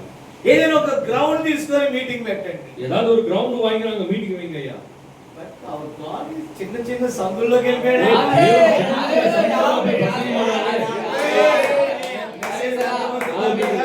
మెసేజ్ புரியுதுங்களா பிதா? కాబట్టి ఈ రోజు నేను వర్తమానమును కూడా కంపేర్ చేసి మాట్లాడుతున్నాను. இன்னைக்கு நான் செய்தியோட கூட இந்த நாளில என்னது வாழ்க்கை பொருத்தி பார்க்கறேன், பொருத்தி பேசுறேன். కాబట్టి మోసెస్ ప్రెసిడెంట్ గారు అనుభవం అన్నారు, ఇదే నా అనుభవం. மோசேஸ் சொன்னாரு అనుభవமா பேசுவார் ஐயான்னு சொன்னாரு, இதுதான் என்னுடைய அனுபவம். కాబట్టి నేను అన్నాను ఒక గ్రేట్ పాస్టర్ తమిళనాడు నుంచి లింగంగుంట్లో వస్తున్నాడని చెప్పాను. நான் சொன்னேன் ஒரு பெரிய பாஸ்டர் இந்த தமிழ்நாட்டுல இருந்து லிங்கம்கோட்டை ஆந்திராக்கு வராரு அப்படின்னு நான் சொன்னேன். நான் బ్రదర్ నేను రైల్వే స్టేషన్ లో ఉన్నాను, ఏం పంపుతారు బ్రదర్ అన్నాడు. பிரதர் நான் ரயில்வே ஸ்டேஷன்ல இருக்கிறேன், எதை அனுப்புறீங்க அப்படின்னு சொல்லி கேட்டாரு. ఆటో పంపుతారు బ్రదర్. நான் சொன்னேன் ஆட்டோ அனுப்புறேன் பிரதர். కాబట్టి లింగంగుంట్లో వాళ్ళు అడిగారు బ్రదర్ ఎలా వస్తున్నారు అని. ఫ్లైట్ లో వస్తున్నారు. அந்த லிங்கங்கோட்ல இருக்கிற அந்த பகுதியில் இருக்கிற ஜனங்களாம் என்கிட்ட கேட்டாங்க, பாஸ்டர் எப்படி வராங்க அப்படின்னு கேட்கும்போது நான் சொன்னேன், ஃளைட்ல வராங்க. మోసెస్ పాస్టర్ ఏ ఎయిర్పోర్ట్ లో దిగారు? மோசஸ் பாஸ் அங்க எந்த ஏர்போர்ட்ல இறங்குனாரு? తర్లుపాడు ఎయిర్పోర్ట్ లో దిగారు. தருப்பாடு. தருப்பாடு என்ற ஏர்போர்ட்ல இறங்கிட்டாரு. తర్లుపాడు ఎయిర్పోర్ట్ ఉందా? அந்த தருப்பாடு ஏர்போர்ட் எங்க இருக்கு? 5 minutes వెయిట్ చేయండి. 5 నిమిషం వెయిట్ பண்ணணும். 1 hour వెయిట్ చేయండి. 1 மணி நேரம் வெயிட் பண்ணுங்க. పాస్టర్ గారు వస్తున్నారు. பாஸ்டர் வராரு. ఆయన ఆటోలో వచ్చారు. அவர் ஆட்டோல இருந்து கால் வச்சாரு. ప్రియమైన దేవుని పిల్లలు, మనకు కావాల్సింది వాక్యమా బాహ్య విషయాలా? பிரியமான தேவனுடைய பிள்ளைகளே, நமக்கு வேண்டியது வார்த்தையா இல்ல வேற காரியங்களா? మంచి వర్తమానం చెప్పారు ఆయన. நல்ல ஒரு செய்தி அவர் சொன்னாங்க. ఎవరి చిన్నది? யார் இந்த சிறு பெண்? నేను చెప్తున్నా, ఎవరి పాపి? நான் சொல்றேன், யார் இந்த பாவி? ஆமென். இந்த சின்ன பிள்ளை யாரு? இந்த பெரிய பிள்ளை யாரு? ஆமென். ఒక చిన్న పిల్ల నయమాను ఆకి సువార్త తీసుకొని వెళ్ళింది. ஒரு சின்ன பிள்ளை நயமானுக்கு அந்த வார்த்தையை கொண்டு போனா நாகமான். అక్కడ పెద్ద పెద్ద వారు చేయలేని పని ఒక చిన్న పాప చేసింది. அங்க பெரிய பெரிய ஆளுங்க செய்யக்கூடியது ஒரு சின்ன பிள்ளை செஞ்சா. అక్కడ దేవునికి మహాపట్టణంలో ఎవరు కూడా దేవునికి గౌరవం ఇవ్వకపోతే ఒక పాపాత్మురాలు మెస్సియాని గుర్తించింది. அங்க பெரிய நகரத்திலே பெரிய ஐஸ்வர்யங்க மத்தியில யார் அவர் கனமனாத சொல்லில ஒரு சின்ன ஒரு பாவியான ஒரு ஸ்திரீ வந்து இயேசு கிறிஸ்துவை கனப்படுத்தாங்க. இயேசு கிறிஸ்துவுக்கு ஆஹ்வானம் వచ్చింది ఒక ధనికుని యొద్ద నుండి. இயேசு கிறிஸ்துவுக்கு அழைப்பு வந்தது ஒரு ரிச் பர்சன், ஒரு ஐஸ்வர்யனாடத்துல இருந்து வந்தது. యేసు క్రీస్తుకి ఆహ్వానం వచ్చింది పేరు ప్రఖ్యాతులు కలిగినటువంటి వ్యక్తి యొద్ద నుండి. இயேசு கிறிஸ்துவுக்கு அழைப்பு வந்தது பெரிய பெரிய புகழ்ச்சி இருக்கிற ஒரு மனுஷனிடத்துல இருந்து வந்தது. ప్రవక్త అంటారు, பினாமி இப்படியா சொல்கிறார், ఒక వ్యక్తి వెతుకుతూ యేసు క్రీస్తు ఎక్కడ ఉన్నాడని తిరుగుతున్నాడు. ஒரு మనిషன் அப்படி தேடிக்கின இயேசு கிறிஸ்து எங்கதான் இருக்கிறாரு அப்படின்னு கேக்குறாரு. వాళ్ళు నజరేతులో వెతుకుతుంటే ఆయన గలిలయలో ఉన్నాడు. அங்க நாசரேத்துல அவர் போய் தேடி கொண்டிருக்கும் போது அவரு கலிலேல இருக்கிறார். ఆయన ఒక చోట వెతుకుతా ఉంటే ఇంకొక చోట ఉన్నాడు. அவங்க ஒரு பகுதியில தேடி கொண்டிருக்கும் போது அவர் இன்னொரு பகுதியில காணப்படுறார். ఐనవరంలో వెతుకుతుంటే పెరంబూర్లో ఉన్నాడు. ஐனவரம்ல தேடி இருக்கிற சூழ்நிலை அவர் பெரம்பூர்ல இருக்கிறார். ఆయన కాలు ఇడ్చుకుంటూ పెరంబూర్ వెళ్ళేటప్పటికి ఆవిడ వెళ్ళిపోయాడు. அவர் காரை கொண்டு எடுத்துக்கு நேரா அங்க வரதுக்குள்ள அவர் ஆவடிக்கு போயிட்டாரு. ఆవిడ వెళ్ళేటప్పటికి పలవరంలో ఉన్నాడు. ஆவடிதான் போயிருக்கிறார் போல. நாங்க போய் பார்த்தா அவர் பலாவரத்துக்கு ఆ போய் వ్యక్తి విసిగిపోయాడు. டென்ஷன் ஆயிட்டாரு. அந்த சீமோனுடைய வேலை. ఆశ్రయిత ఇంట్లో నుంచి కదలడు. எங்களுடைய ஊழியக்கார் வீட்ல இருந்து கிளம்ப மாட்டார். సండే హ్యాపీగా చర్చికి వెళ్ళి వస్తాడు. సండే హ్యాపీగా చర్చికి పోయిட்டு வருவார். మా పాస్టర్ 20 నిమిషాల నుంచి బోర్ కొట్టించడు. எங்க ஊழியக்கார் 20 நிமிஷத்துக்கு மேல போர் அடிக்க வைக்க மாட்டார். మా పాస్టర్ అందరినీ చక్కగా గౌరవిస్తాడు. எங்களுடைய ஊழியக்கார் அநேகர் கௌரவப்படுத்துவார். అందరికి కావలసిన ఈవులు ఆశీర్వాదాల గురించి బోధిస్తాడు. எல்லாருக்கும் வேண்டியதான ஆசீர்வாதம் எல்லாத்தையும் கூறுவார். అందరిని దేవుడు దీవిస్తాడు. தேவனாரே ஆசீர்வதிப்பார்னு சொல்வார் எங்க ஊழியக்கார். ఆ తండ్రి కుమార పరిశుద్ధాత్మ నామములో మీరు పెద్దవాళ్ళు అవుతారంటాడు. பிதா குமாரன் பரிசுத்தாவின் நாமத்திலே நீங்களே பரிசுத்தாவின் நாமத்திலே நீங்க பெரியவர்களாவீங்க அப்படின்னு అయితే சொல்றாங்க. ఈ పాస్టర్ ఇంకా బిజీగా ఉన్నాడు.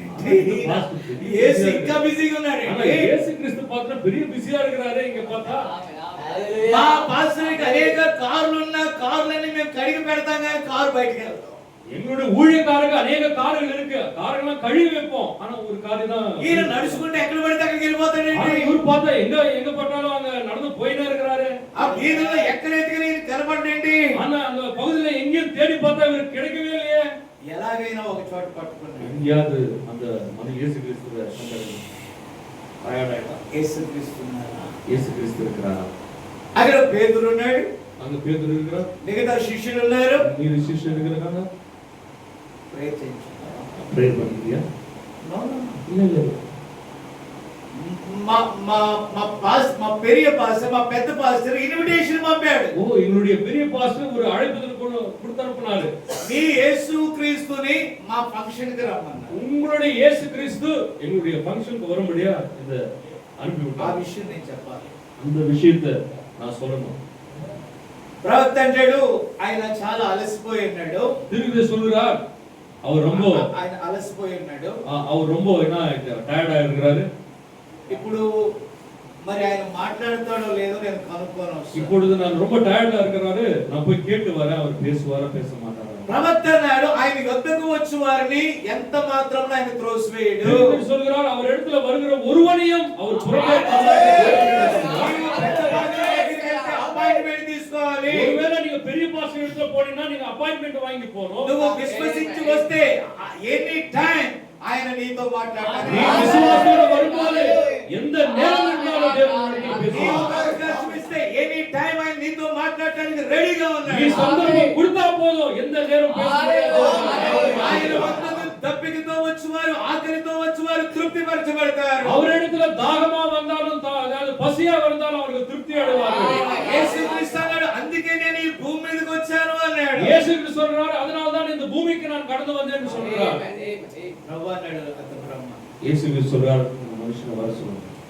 ఆయన వచ్చాడు. அந்த மனுஷன் வந்தா, మీకు ఇన్విటేషన్ మా పాస్టర్ గారు ఇమ్మన్నారు. உங்களுக்கு இந்த இன்விடேஷன் கொடுக்க முடியாத பாஸ்டர் சொன்னார், డేట్ నా అక్కడ ఫంక్షన్ ఉంటది. இந்த ஒரு டேட்ல அந்த ஃபங்க்ஷன் இருக்கும், మీరు వచ్చి ఆ ఫంక్షన్ హాల్లో మీట్ అవ్వాలి. நீங்க வந்து அந்த ஃபங்க்ஷனுடைய ஹால்ல மீட் பண்ணணும். కానీ యేసు ప్రభు వెతికిందేంటో తెలుసా? అతని ఆత్మను వెతికాడు. ஆனா தேவன் இயேசு கிறிஸ்து தேடினது அந்த மனுஷனுடைய ஆத்மாவை. అవును, వాక్యాన్ని కలుసుకునే అవకాశం ఆ యవనస్తుడికి వచ్చింది కానీ ஓ வார்த்தையை கலந்து கொள்ளும்படி அந்த மனுஷனுக்கு அவகாசம் கொடுக்கப்பட்டது. అవకాశాన్ని పోగొట్టుకున్నాడు. ஆனா அந்த நேரத்தை இழந்துட்டான்.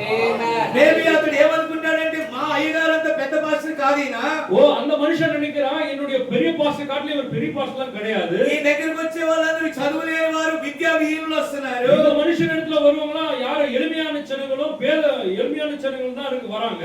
ఆ వెనకబడిన వారు వచ్చి ఈయన వాక్యాన్ని వింటున్నారు. இப்படிப்பட்ட ஜனங்கள் வந்து இவருடைய வார்த்தை கேட்கறாங்க. మా పాస్టర్ రెవరెండ్, எங்களுடைய பாஸ்டர் ரெவரண்ட், మా పాస్టర్ పిహెచ్డీలు ఉన్నాయి, எங்களுடைய பாஸ்டருக்கு PhD எல்லாம் இருக்கு, మా పాస్టర్ చాలా పెద్ద పాస్టర్, எங்களுடைய பாஸ்டர் பெரிய பாஸ்டர், మా పాస్టర్ దగ్గర చాలా మంది వెయిటింగ్ ఉంటారు. எங்களுடைய பாஸ்டர் கிட்ட अनेक பேர் வெயிட் பண்ணிட்டு இருப்பாங்க. ஆனா தேவன் కాబట్టి పై విషయాలు చూసి వెళ్ళడం కాదు మనం. ఆమేన్ ஆமென். ஆனா மேல தோற்றத்தை பார்க்கக்கூடியவர் அல்ல என்னுடைய தேவன். డబ్బు చూసి కాదు మనం.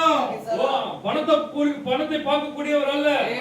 వాక్యం ఎక్కడైతే ఉందో வார்த்தை எங்க இருக்கிறதோ தேவன் அங்கே நிச்சயமாக ఈ இருப்பார். తూర్పు దేశపు జ్ఞానుల గురించి ప్రవక్త మాట్లాడాడు. இந்த கிழக்கே இருக்கிற அந்த சாஸ்திரிகள் குறித்து பெனாம் இப்படியா వారు சொல்றார். 2 సంవత్సరాలు ప్రయాణం చేసి వెళ్ళారు. அவங்க 2 வருஷம் பிரயாணப்பட்டு போனாங்களாம். యూదుల రాజు రాజగృహంలో ఉంటాడని పొరపడ్డారు. யூதுடைய ராஜா அரண்மனையில தானே இருப்பாரு, அவரு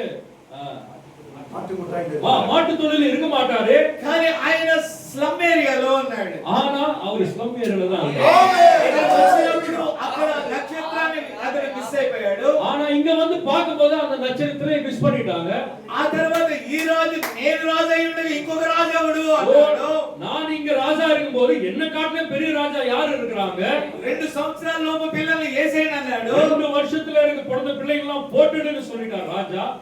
అప్పుడు జ్ఞానులు అనుకున్నారు ఇక్కడ ఏదో తేడా ఉంది. அப்போ அந்த ஞானிகள்லாம் நினைச்சுக்கிறாங்களா இங்க ஏதோ வித்தியாசமா ஏதோ ஒண்ணு இருக்கு. వారు దాన్ని విడిచి బయటికి వెళ్ళినప్పుడు அவங்க அவரை விட்டு வெளியில புறப்பட்டு போகும்போது అరడా ఆ 7వ నక్షత్రం నడిచింది. அந்த 7வது நட்சத்திரத்துல ఈ సీజన్ లో అనేక నక్షత్రాలను చూసి పొరపడవద్దు. இந்த சீசன் அநேக நட்சத்திரம் பார்க்கும்போது நீங்க పెద్ద పెద్ద నక్షత్రాలు నాటికలు డ్రామాలు వేస్తారని పొరపడవద్దు. அதாவது பெரிய பெரிய நட்சத்திரங்கள் நாடகம் டிராமா பார்த்து என்ன பண்ணுங்க, புறப்படாதீங்க. డిసెంబర్ 25th అదేమంటారు ముందు సెమీ క్రిస్మస్ అని పొరపడవద్దు. செமி கிறிஸ்மஸ் பார்த்து என்ன பண்ணாத, గ్రాండ్ ఫంక్షన్లని పొరపడవద్దు. பெரிய பெரிய கிராண்ட் ஃபங்க்ஷன்ல பார்த்து நீ புறப்படாத. దేవుడు అక్కడ దేవుడు உண்மையான అది నిజంగా యేసు ప్రభు యొక్క పుట్టుక కాదు. உண்மையாக கிறிஸ்துவுடைய பிறப்பு கிடையாது. ఆ 7వ నక్షత్రం యొక్క మర్మం అదే. அது ஏழாம் நட்சத்திரனுடைய அது வெளிப்பாடா இருக்கிறது. ఆ నక్షత్రము ఈ గడియకు పంపబడిన ప్రవక్త అయి ఉన్నాడు. அந்த நட்சத்திரனுடைய வெளிப்பாடு நம்ம மத்தியில வந்ததான 7వ దూత నక్షత్ర వర్తమానమైనటువంటి 7వ దూత పలుకు దినములలో அந்த நட்சத்திரமா இருக்கிற 7ஆம் தூதனுடைய வெளிப்படும் நாட்களிலே ఆ మర్మములన్నీ చిన్న ఒలువు ఎరిగి ఉన్నది. ஓ அந்த ரகசியம் எல்லாம் அந்த சிறு மனவாழ்க்கை మీరు ఒట్టి మనుషులుగా డంబములు పలికే సేవకుల దగ్గర దేవుడు లేడు. ஓ வீணாய் பெருமையான இருக்கிற ஊழியக்காரத்துல தேவன் உண்மையாவே கிடையாது. మిగతా శిష్యులు వచ్చి ప్రభువా நீதி சிஷ்யர்களா வந்து ஆண்டவரே నిజమైన మంచి హృదయముతోనే సీమోను నిన్ను పిలిచాడా? உண்மையாவே நல்ல ஒரு இருதயத்தை வைத்துக் கொண்டு சீமோன் உங்களை அழைத்தானா? మాకు వివేచన కూడా అక్కర్లేదు. எங்களுக்கு அது விவரம் கூட தேவையில்லை. 100% అతడు నిన్ను అవమానపరుస్తాడు. 100% அவன் உங்களை அவமானப்படுத்துவான். వాళ్ళందరిలో నిన్ను ఫూల్ చేయాలని నిన్ను పిలిచాడు. அவங்க எல்லாம் உங்களை ஃபூல் அசிங்கப்படுத்தணும்னு நினைக்க உங்களை அழைக்கிறாங்க. ప్రభువా దయచేసి వెళ్ళండి. ஆண்டவரே தயவுசெய்து நீங்க போகாதீங்க. No no no no no no no no నాకు పని ఉంది. எனக்கு வேலை இருக்கு. ఖచ్చితంగా నేను వస్తానని చెప్పాను. நிச்சயமாக நான் வருவேன்னு சொன்னேன். వారు నన్ను ఏం చేస్తారో నాకు అనవసరం. அவங்க என்ன ఎது செஞ்சாலும் அதெல்லாம் ஒண்ணுமே. నేనైతే వెళ్తాను. ஆனா நான் போய் தீருவேன். ఒకరోజు యేసు ప్రభు ఒక మంచి ప్రయాణాన్ని శిష్యులకు చెప్పాడు. ஒரு நாள் ஒரு நல்ல பிரயாணத்தை குறித்து சிஷ்யர்கள் இயேசு சொன்னார். శిష్యులు చాలా సందర్భాల్లో చాలా ఘనమైన స్థలాలకు యేసు ప్రభు వెళ్ళినప్పుడు ఆ యేసు ప్రభుతో కూడా వెళ్ళారు. అనేక సందర్భத்துல பெரிய பெரிய கூட்டங்களுக்கு இயேசு கிறிஸ்துவோடு கூட கடந்து சென்றாங்க சிஷ்யர்கள். చాలా మంది ఆ శిష్యులను కూడా గౌరవించి సత్కరించారు. అనేక சிஷ்யர்கள்லாம் பாத்தீங்கன்னா அவரை நல்ல கனப்படுத்துனாங்க. ఒక రోజు ఇంకా మంచి ప్లేస్ కి తీసుకెళ్తాడని శిష్యులు అనుకుంటా ఉన్నారు. சிஷ்யர்கள் நினைக்கிறாங்க இத காட்டுல ஒரு நல்ல பிளேஸ்க்கு இடத்துக்கு கொண்டு போவார்னு சிஷ்யர்கள் நினைக்கிறாங்க. ఆ దోణి సమాధుల దగ్గరికి அந்த పడవ சரியான సమాధి అక్కడ ఉన్నటువంటి వ్యక్తి వస్త్రహీనుడు కనబడ్డాడు. அங்க ஒரு பெருப்பில இருந்ததான் அதாவது அங்க கல்லறையில இருந்த ஒரு லேகியன் காணப்பட்டான். అక్కడ మంచి విందు జరుగుతుందని మీరు ఎక్స్పెక్ట్ చేశారు. இங்க ஜனங்கள்லாம் சிஷ்யர்கள்லாம் பாக்குறாங்க మంచి భోజనం టైంకి అక్కడికి వెళ్ళారు. சரியான சாப்பாட்டு நேரத்துல தான் நம்ம அங்க போயிருக்கிறோம் அப்படின்னு நினைக்கிறாங்க. కానీ ఈ సమాధి ஆனா அது பாத்தீங்கன்னா ஒரு கல்லறை தோட்டம். అతడు వస్త్రహీనుడిగా ఉన్నాడు. அங்க ஒரு அதாவது துணியே இல்லாதவனா இருக்கிறான். కాబట్టి యేసు ప్రభు యొక్క తన నియామకాలలో ஒரு தேவனுடைய அந்த திட்டத்துல ఎక్కడ నిజమైన వధువు ఉంటుందో ఆయన అక్కడికి వెళ్తాడు. தேவனுடைய உண்மையான மனவாட்டி எங்க இருக்கோ బాహ్య విషయాలు ఆయన పట్టించుకోడు. அந்த அந்த சூழ்நிலையை பார்த்து தேவன் கண்டுக்க மாட்டாரு. జీవ గ్రంథములో ఎవరి పేర్లు అయితే ఉంటాయో அந்த ஜீவ புத்தகத்திலே அவருடைய நடவடிக்கை சூழ்நிலை என்னவா இருக்கோ నా తండ్రి ఏదైతే చూపిస్తాడో என் தகப்பன் என்ன என்ன எனக்கு காண்பித்தாரோ అక్కడికే నేను அங்கதான் நான் கடந்து போவேன். అలాగే ఇక్కడ చూసినట్లయితే నేను వెళ్ళవలసి ఉన్నది. ஓ அதான் என்னை பார்க்கும்போது நான் நிச்சயமா நான் போவே தீரணும். ఈయన ఎవరు చెప్పినా వినడు. இந்த மனுஷன் யாரு சொன்னாலும் கேட்க மாட்டான். శిష్యులు సరుకుంటూ కొనుక్కుంటూనే వెళ్ళారు. சிஷ்யர்லாம் அப்படி கிராந்திக்கு போயிட்டாங்க. అక్కడికి వెళ్ళగానే నిజంగానే అవమానం స్టార్ట్ అయింది. அங்க போனோடனே உண்மையாவே அவமானம் ஸ்டார்ட் ஆயிடுச்சு. ఆ యొక్క మార్గము గుండా ఆయన నడుస్తూ వచ్చాడు. அந்த பகுதியிலே வழியாக அவர் நடந்து கொண்டே வந்தார். ఆనాటి విలువైన వాహనాలైన గాడిదలు పంపలేదు. அந்த நாட்களிலே விலை மதிக்கக்கூடிய வாகனங்களை எதுவும் அனுப்பப்படல. ఏదో సామాన్యమైన ప్రయాణం చేసి ఆయన వెళ్ళాడు. அவர் சாமானியமான எளிமையான ஒரு பிரயாணத்தை தான் செய்தார். కాబట్టి ఆ రోడ్లన్నీ కూడా మురికితో ఉన్నాయి. அந்த இப்ப இடத்துல பாத்தீங்கன்னா గలీజా இருக்கு. అక్కడ పశువులు ఆనాటి వాహనాలు పశువులతో చేయబడినటువంటి ఈ బళ్ళు కాబట్టి ఆ మల విసర్జనాలు అంటే అవన్నీ కూడా వేయటం ద్వారా అదంతా కూడా దుర్వాసన కొట్టే మార్గం. அங்க பெரிய பெரிய வாகனங்கள்லாம் அங்க இல்லாததுனால அங்க இந்த மாதிரி பன்னிங்க ஒட்டகம் இதெல்லாம் இருக்கனால ఆ మార్గము గుండా ఆయన నడిచి ఆ మార్గం గుండా ఆయన వెళ్తున్నాడు. அந்த పகுதியிலே அந்த వழியா அவர் இயேசு கிறிஸ்து கடந்து போயிட்டு இருக்காரு. మెల్లగా సీమోను ఇంటికి చేరుతా ఉన్నాడు. మెల్లమా సీమోనుడి వీటికి అక్కడ మంచి మంచి సువాసన వచ్చే వంటకాలు స్మెల్ వస్తాం. அங்க பாத்தீங்கன்னா பக்கத்துல சரியான ஸ்மெல்லா வருது. అక్కడ మంచి మంచి విందు జరుగుతా ఉంది. அங்க అనేక பகுதியில பார்த்தா விந்து நடக்குதாங்க. యేసు ప్రభు అక్కడికి వచ్చినప్పుడు இயேசு கிறிஸ்து அந்த பகுதிக்கு வரும்போது విదేశాల నుంచి వచ్చినటువంటి పని మనుషులు వాళ్ళ ఇంట్లో ఉన్నారు. அதாவது ஃபாரின்ல இருந்து வந்ததான வேலையாட்கள் அவருடைய வீட்டுல ఐగుప్తు ప్రవక్త అంటాడు ఐగుప్తు నుంచి పిలిచిన వాళ్ళు అక్కడ ఉన్నారు. எகிப்துல இருந்து வந்ததான அந்த பெரிய பெரிய ஜனங்களா இருக்காங்க. ఇండియా నుంచి పిలిచిన వారు అక్కడ ఉన్నారు. இந்தியா தேசத்துல அழைக்கப்பட்டதான అనేక అది సంఘ శాఖల విందది. அது வந்து சபை ஸ்தாபனங்களுடைய கூடிகை. அது అక్కడికి వధువుని వెతుకుతూ క్రీస్తు వెళ్ళాడు. அங்க ஒரு மனவாட்டியை தேடும்படியா கடந்து అక్కడికి వచ్చినప్పుడు ஆமென். ఆయన చాలా సామాన్యమైన డ్రెస్ లో ఉన్నాడు. அங்க பாத்தீங்கன்னா அவர் பாத்தீங்கன்னா எளிமையான சாதாரணமா இருக்கிறாங்க. టై కూడా పెట్టుకోలేదు, இது கூட இல்ல. షర్ట్ కూడా చేయలేదు, వేస్ట్ కోట్ కూడా పైన ఉన్న కోట్ కూడా వేయలేదు, மேல இருக்கிற ஒரு கோட்டு கூட போடல. ఏమి సామాన్యంగా ఉన్నాడు. எளிமையா இருக்காங்க. ஆமென், ஆமென், ஆமென். చూస్తున్నారు, பாக்குறாங்க, அப்படி பாக்குறாங்க. పనులు కూడా చూశారు. அந்த வேலையை பாக்குறவங்க பாக்குறாங்க. అందులోకి వేరే సూటు బూట్ ఆయన వచ్చాడు. அதுல பாத்தீங்கன்னா வேற ஒரு அந்த கோட்டு ஷூட்லாம் போட்டுக்கிட்டு இருக்கிற ஒரு மனுஷன். Welcome sir, welcome sir sir sir. நீங்க வாங்க. வெல்கம். అక్కడ వాళ్ళ ఆయన పాదాలు కడిగారు, அங்க பாத்தீங்கன்னா அந்த ஐஸ்வர்யனுடைய பாதத்தெல்லாம் கழுவுறாங்க. ఒక వస్త్రంతో తుడిశారు, ஒரு ஒரு வஸ்திரம் ஒரு துணி போட்டு துடைக்கிறாங்க. ఆ తర్వాత తైలం పూశారు, அவருக்கு ஒரு பரிமள தைலத்தை పరిమళ తైలం పూశారు, பரிமள தைலம் பூசினாங்க. ఆ తర్వాత ముద్దు పెట్టుకున్నారు. அவங்க பக்கத்துல கணத்துல ஒரு முத்தம் வச்சாங்க.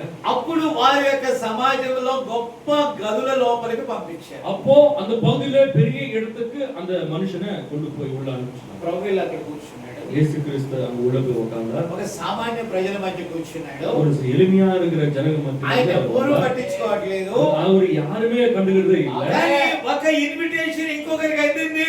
ஓ ஒரு அழைப்பு இன்னொரு மனுஷனுக்கு கிடைச்சது. ఆ పాపాత్ములైన స్త్రీకి తెలిసింది సీమోను ఇంటికి యేసయ్య ஓ వస్తున్నాడని. அந்த பாவியாக ஸ்திரீக்கு தெரிஞ்சது சீமோனுடைய வீட்டுக்கு மகத்தான இயேசு கிறிஸ்து ఆ స్థలంలో ఉండి ఆ సమాచారం వినాలి. ஓ அந்த பகுதியில இருக்கிறதான அந்த சத்தத்தினாலே வருகிறதான அந்த விஷயத்தை கேதர் பண்ணலாம். ஆமென். కానీ సమాజం దృష్టిలో ఆమె పాపాత్మురాలు. ஆனால் அந்த நடைமுறை வாழ்க்கையில ஒரு பாவமாகிய ஒரு ஸ்திரீ. కాబట్టి ఆమె పాపములో ఉండి సంపాదించిన కొంత ధనం ఉన్నది. ஆமா பாவத்தினாலே சம்பாதித்தான அந்த பணம் இருக்கிறதாங்க. డానియల్ పాస్టర్ గారి ఇంటికి ఒక విఐపి వచ్చాడని తెలిసింది. ஒருவேளை டேனியல் பாஸ்டர் வீட்டுக்கு ஒரு விஐபி பெரிய ஐஸ்வர்யம் வந்ததுன்னு அந்த அம்மாவுக்கு தெரிந்தது. ఆయనకి ఆమెకు నిజంగా ఆయన విఐపి. அந்த அம்மாவுக்கு அவர் உண்மையாவே ஒரு பெரிய VIP. వధువుకు ఆయన విఐపి. ஓ மனவாட்டிக்கு அவர் ஒரு VIP. ఆమె వెతుకుచు ஆமென். తన దగ్గర ఏది లేకుండా నేను ఎలా ప్రభువుని కలుసుకోవాలని. ஓ அங்க தேடினே இருக்கிறான். ஆனா இயேசு கிறிஸ்து கிட்ட நான் வெறுமையா எப்படி போறதுன்னு. ఆమె పాపం వలన లేకపోతే తన వృత్తి వలన సంపాదించిన కొద్ది డబ్బు ఉంది. அந்த அம்மா பாவத்தினாலே சம்பாதிச்சுட்டாங்க கொஞ்சம் பணம் அந்த அம்மா கிட்ட இருக்கு. అంటాడు 30 రోమన్ నాణేలంట. திருப்பி சொல்றார் 30 ரோமன் நாணயம் அந்த அம்மா கிட்ட இருக்கு. ఓకే, కాబట్టి అవి తీసుకొని వెళ్ళి ఆ ఏమంటారు ఆ తైలం అమ్మేటటువంటి షాప్ కి వెళ్ళింది. பினாம் சொல்றாரு அந்த அம்மா வந்து அந்த 30 நாணயத்தை வைத்துக்கொண்டு ஒரு ஷாப்புக்கு போறாங்க. ఆ రోజు షాప్ ఖాళీగా ఉంది. அன்னைக்கு பாத்தீங்கன்னா அந்த ஷாப் காலியா இருக்கு. బికాజ్ పెద్ద పెద్ద వాళ్ళందరూ కూడా ఎక్కడికి వెళ్ళారు? ఫంక్షన్లోగా. ஆனா பெரிய பெரிய ఐశ్వర్యవంతులు ఎங்க పోనాங்க? కానీ அந்த வீட்டுக்கு போனாங்க.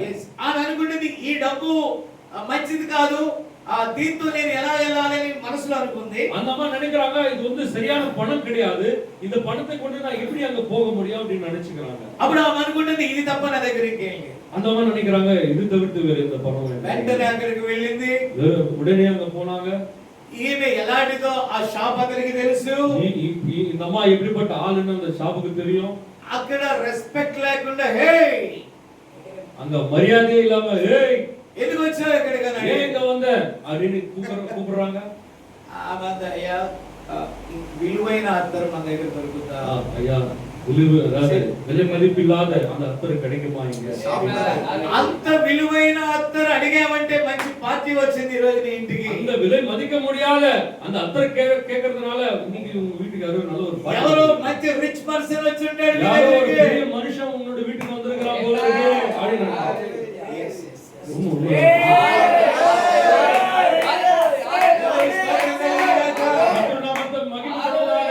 కాబట్టి ఆమె అన్నది ఇదంతా ఓకేనా, నాకు త్వరగా ఇచ్చేసి స్పీడ్ స్పీడ్ స్పీడ్ స్పీడ్. அந்த அம்மா சொல்லுது இதெல்லாம் ஓகே தான்ப்பா, சீக்கிரம் கொடுப்பா. నాకు త్వరగా ఇచ్చేసేయాలి అని. ஓ எனக்கு சீக்கிரமா குடுயா. ఆమె భయం ఏంటంటే ఆయన ఫంక్షన్ ముగించుకొని వెళ్ళిపోతాడేమో అని அந்த భయం. அம்மாவுடைய கவலை என்னன்னா அவர் ஃபங்க்ஷன் முடிச்சிட்டு போயிட்டாரு போல ఆ இருக்கு. ప్రసంగం అయిపోయే లోపల నేను వెళ్ళి కలుసుకోవాలని அந்த భయం. பிரசங்கத்தை முடிக்கிறதுக்கு முன்பாக நான் போய் அவரை சந்திக்கணும்னு ஒரு ఆమె ఎంత వేగంగా తీసుకోవాలి అంత వేగంగా తీసుకుంది. ஓட பிடித்துக்கொண்டு எவ்வளவு வேகமா ஓட முடியுமோ அவ்வளவு ఆమె வேகமா వెళ్ళి ఆ విండో నుంచి యేసు ప్రభువుని చూసింది. அந்த விண்டோல இருந்து அந்த கதவுல இருந்து இயேசு கிறிஸ்துவை பார்த்தா ఆయన ఘనమైన స్థానంలో లేడు. அவர் சரியான கனமான ஸ்தானத்துல அவர் இல்ல. కానీ ఆమెకు తెలుసు ఈయన నా పాపముల నుండి ప్రాయశ్చిత్తం ఇచ్చేటటువంటి వాడు నాకు ஆனா ఎరిగి. அவளுக்கு தெரியும் இவரிடத்துல தான் என் பாவத்துக்குரிய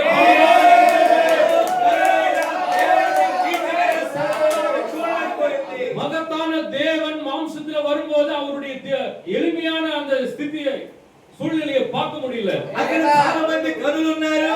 அங்க அநேக ஐஸ்வர்யவான்கள் இருக்கிறாங்க. చాలా మంది మంచి హోదా కలవారు ఉన్నారు. அநேக பேர் புகழ்ச்சியான நபர்கள் அங்க இருக்கிறாங்க. వారందరిని నెట్టుకుంటూ లోపలికి వెళ్ళిపోయారు. அந்த அம்மா அவர் எல்லாரும் அந்த தலையில உள்ள போறாங்க. కాబట్టి ఆ లోపలికి వెళ్ళిన తర్వాత ఆయన మురికి పాదాలను చూసింది. உள்ள போகும்போது இயேசு கிறிஸ்துவுடைய அந்த அழுக்கான பாதத்தை பார்க்கிறா. ఆమె కంటి వెంట కన్నీరు కారుతుంది. அவர் கண்களில் இருந்து கண்ணீர் அப்படியே தாங்க. ఆమె పశ్చాత్తాపపడుతూ ఉన్నది. அவங்க பச்சாத்தாபம்.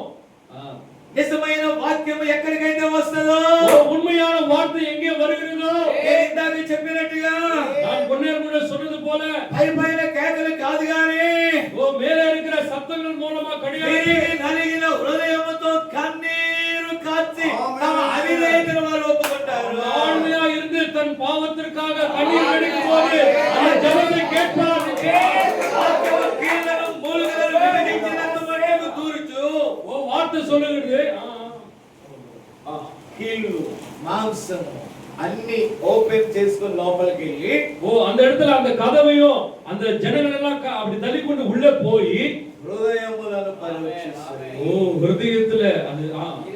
இருதயத்துல சந்தோஷப்படுகிறா. కాబట్టి ఆ వాక్యము కేవలం నీ తల మీద నుంచి వెళ్ళకూడదు. அந்த வார்த்தை உன்னுடைய தலைக்கு மேலாய் போக கூடாது. ఈ చెవి నుండి ఈ చెవిలోకి పోకూడదు. இந்த காதுல இருந்து இந்த காதுக்கு போக கூடாது. ఒక సైడ్ నుంచి పక్కకి వెళ్ళిపోకూడదు. ஒரு பகுதியில இருந்து இன்னொரு பகுதிக்கு ఆ போக கூடாது. వాక్యం అనే బాణము அந்த வார்த்தையா இருக்கிற அந்த அம்பு నీ హృదయములో. కాబట్టి ఈ వాక్యం ఆమె హృదయాన్ని ఓపెన్ చేసింది. அதனால இந்துடைய வார்த்தை அவருடைய இருதயம் ஓபன் பண்ணப்பட்டது. పాపములకు ప్రాయశ్చిత్తం ఈయనే అని నమ్మింది. என்னுடைய பாவத்துக்கு பரிகாரம் இவர்தான். ஆச்சரியப்பட்டு திரும்பி பார்க்கறாங்க. ఆమె పాదాల మీద వంగిపోయింది. அவருடைய கால்கள் அப்படியே முடங்கப்பட்டு తన కన్నీరుతో ఆ పాదాలు కడుగుచున్నది. அவருடைய கண்ணீரா இயேசு கிறிஸ்துவின் பாதத்தை கழுவுறார். ఆ సృష్టికర్త மகத்தான சிருஷ்டிகர்த்தர் సామాన్యునిగా எளிமையான ஜனங்கள் மத்தியிலே శరీరధారిగా శరీరமா இந்த பூமிக்கு ఉన్నత స్థలాలలో తిరిగేటటువంటి ఆ పాదాలు உன்னதங்களிலே நடக்கக்கூடிய அந்த பாதங்கள் ఎవరి కోసం రాలా? இந்த பூமியில இருக்கிற யாருக்கோ யார் కోసమే వచ్చాయి?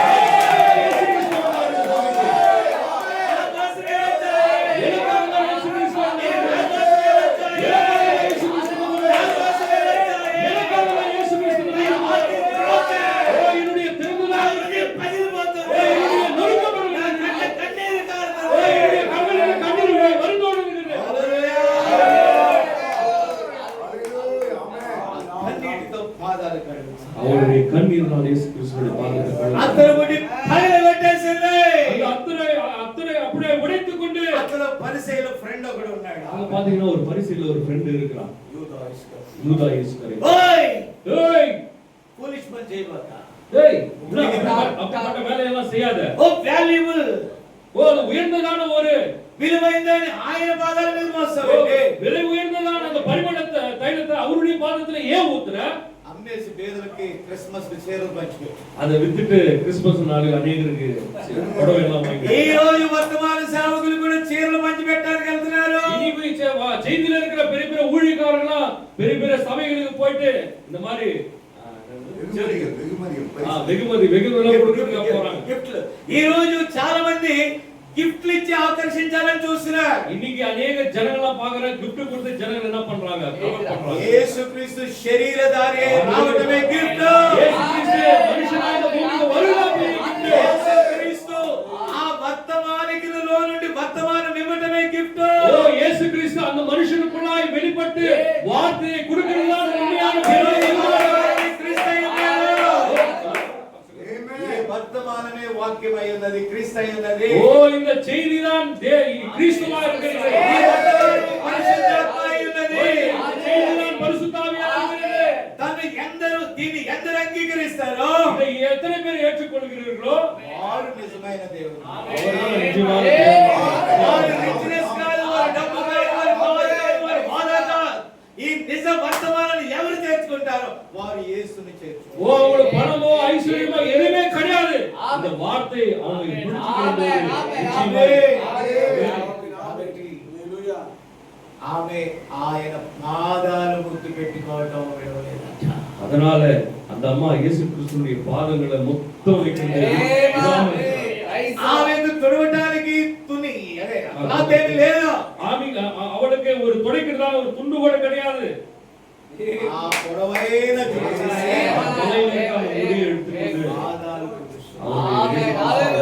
పాదాలు తుడుస్తుంది. స్త్రీలకి విలువైనది వెంట్రుకలు. ఓ స్త్రీకి విலை మதிப்பு இருக்கிறது அந்த முடிதான்.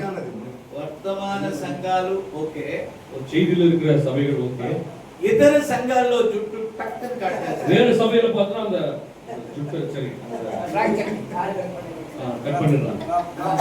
చక్కగా మేము మీ చర్చికి వస్తాము, ఎక్కువ కానుకలు ఇస్తాము, బట్ జీన్ ప్యాంట్స్ తో వస్తాం. நாங்க வரோம் ஐயா, உங்க சர்ச்சுக்கு வரோம், அநேக காசுலாம் காணிக்கலாம் கொடுக்குறோம், జీన్స్ ప్యాంట్ போடுறோம். మేము జీన్స్ ప్యాంట్స్ తో వస్తే కింద కూర్చోలేము, కంపల్సరీ చేసుకోవాలి. ஐயா நாங்க ஜீன்ஸ் பேண்ட்ல வரோம், ஆனா கம்பல்சரி எங்களுக்கு சார்ட் போட்டு தான் కాబట్టి మా వస్త్రాలు చాలా విలువైనవి. அதனால எங்களுடைய Dress எல்லாம் ரொம்ப விலை மதிப்பு இருந்தது.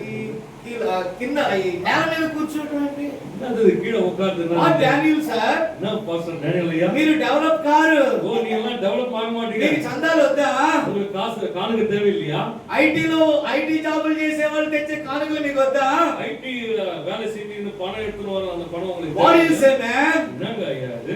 జుట్టు కత్తిరించుకోమంటావు, కత్తిరించుకోవద్దంటావు. அந்த தலைமுடியை கத்திக்கணும்னு சொல்றாங்க. అరే పండగకి పూలు పెట్టుకోవద్దంటావు. அதாவது முடி கத்திரிக்க கூடாதுன்னு சொல்றீங்க, பண்டிகைக்கு பூலாம் வச்சுக்க கூடாதுன்னு சொல்றீங்க. ఆర్నమెంట్స్ పెట్టుకోవద్దంటావు. நகல் ஓகே, நகல் ஆபரணங்கள்லாம் வைக்க கூடாதுன்னு சொல்றீங்க. నువ్వు అలా ఉండు ఇలా ఉండంటావు. நீங்க சொல்றீங்க அப்படி இருங்க இப்படி இருங்க சொல்றீங்க. నాకు ఇష్టం వచ్చింది చేర్చుకుంటే எனக்கு பிரியமான சபைக்கு நான் போறேன். అది వేశ్య, அதுதான் అది వేశ్య, அதுதான் வேஷ்ய. అది వేశ్య, అది వేశ్య, అది వేశ్య కాదు. இது வேசி கிடையாது. ఈమె నిజమైన వధువై ఉన్నది. దేవుని మనవాటిగా இருக்கிறார். స్తోత్రం కలుగుగాక. ఈ రోజు పరిస్థితులు అలాగే ఉన్నాయి. సూర్యునికి அப்படியே தான். చిన్న మందయ్య, దేవుడు అన్నాడు చిన్న మంద భయపడవద్దు. ఇది చాలు, ఉడత మచ్చ డాగు కలంకము లేనిది దేవుడు చూసిన ఈ చిన్న మంద చాలు. ఓ దేవుని பார்க்கிறதான విస్తారమైన డబ్బు వల్ల ఏది రాదు. ఓ అని విலை மதிப்பில்ல பணத்தினால எதுவும் வராது. ఆస్తుల వల్ల ఏది రాదు. பணத்தை அதாவது ஆஸ்திகளால எதுவுமே வராது. 3 అయ్యోలు ఉన్నాయి. 3 ஐயோக்கள் இருக்கு. చివరి అయ్యోతో కొలాప్స్. மூணாவது ஐயோ மூலமா உலகமே நாசம். First world war, second world war, third world war. మూడవ ప్రపంచ యుద్ధంతో కొలాప్స్. மூணாவது உலக யுத்தத்தினால உலகம் கொலாப்ஸ். మనం అక్కడ ఉంటాము, நம்ம அங்க இருக்கோம். వీటి కోసం ఆశపడవద్దు. இதன் மூலமா எதுவும் ஆசைப்படாதீங்க. సమయం ఆసన్నమైంది. நேரம் சமீபமாய் இருக்கிறது. కనురెప్ప పాటులో మనం అక్కడ ஒரு இமை பொழுதிலே நாம మన నివాసం అది. ஓ பிரியமான தேவனுடைய பிள்ளைகளே, நம்மளுடைய இருப்பிடமானது அதுதான். కాబట్టి పరిశీలన తన ఇంటిని ఎంత చక్కగా క్రిస్మస్ కి అలంకరించాడు. ஓ உண்மையாவே அந்த பரிசேயர் அவருடைய வீட்டை என்ன பண்ணா கிறிஸ்மஸ்க்காக அலங்காரம் మంచి మంచి లైటింగ్స్ పెట్టాడు. பெரிய லைட்லாம் சூப்பரா லைட்லாம் ఆ పెయింటింగ్ తీసేసి లేఖ ఎక్స్ రూపీస్ ఇచ్చి మంచి మంచి ఆ సున్నాలు అదే దాని పెయింటింగ్స్ వేయించాడు. பழைய பெயிண்ட்லாம் எடுத்துட்டு புது பெயிண்ட்லாம் அடிச்சு சூப்பரா வச்சிருக்கான். మోసపోవద్దు, மோசம் போகாதீங்க. మోసపోవద్దు, மோசம் போகாதீங்க. అక్కడ యేసు లేడు, அங்க இயேசு கிறிஸ்து இல்ல, అక్కడ యాంటీ క్రైస్ట్ ఉన్నాడు, அங்க ஆன்டி கிறிஸ்து వాక్య విరోధి ఉన్నాడు. வார்த்தைக்கு விரோதமா இருக்கிறவங்க இருக்காங்க. దయచేసి మోసపోకండి. దయచేసి நீங்க மோசம் போகாதீங்க. కాబట్టి ఈ సామాన్యురాలు అనబడియాల్ இந்த ஒரு சாமானியமான சகோதரி ఎవరు అక్కడ ఉన్న విద్యావంతులు గుర్తించలేదు, அங்க ஐஸ்வரன் மத்தியில గొప్పవారు గుర్తించలేదు, அங்க ஐஸ்வரன் மத்தியில அநேக அவங்க அடையாளம் கண்டு கொள்ளல. పేరు అక్కడ ఉంది కాబట్టి ஆனா இவங்களுடைய பேர் తన ఇంటికి వచ్చిన ఆ గొప్ప అతిథిని ఆమె ఆహ్వానించింది. அவருடைய வீட்டுக்கு வந்ததான உயர்ந்த மனிதனை ఆమె నూతన సృష్టిగా మార్చబడింది. அவர் புது சிருஷ்டி ஆக்கப்பட்டார்.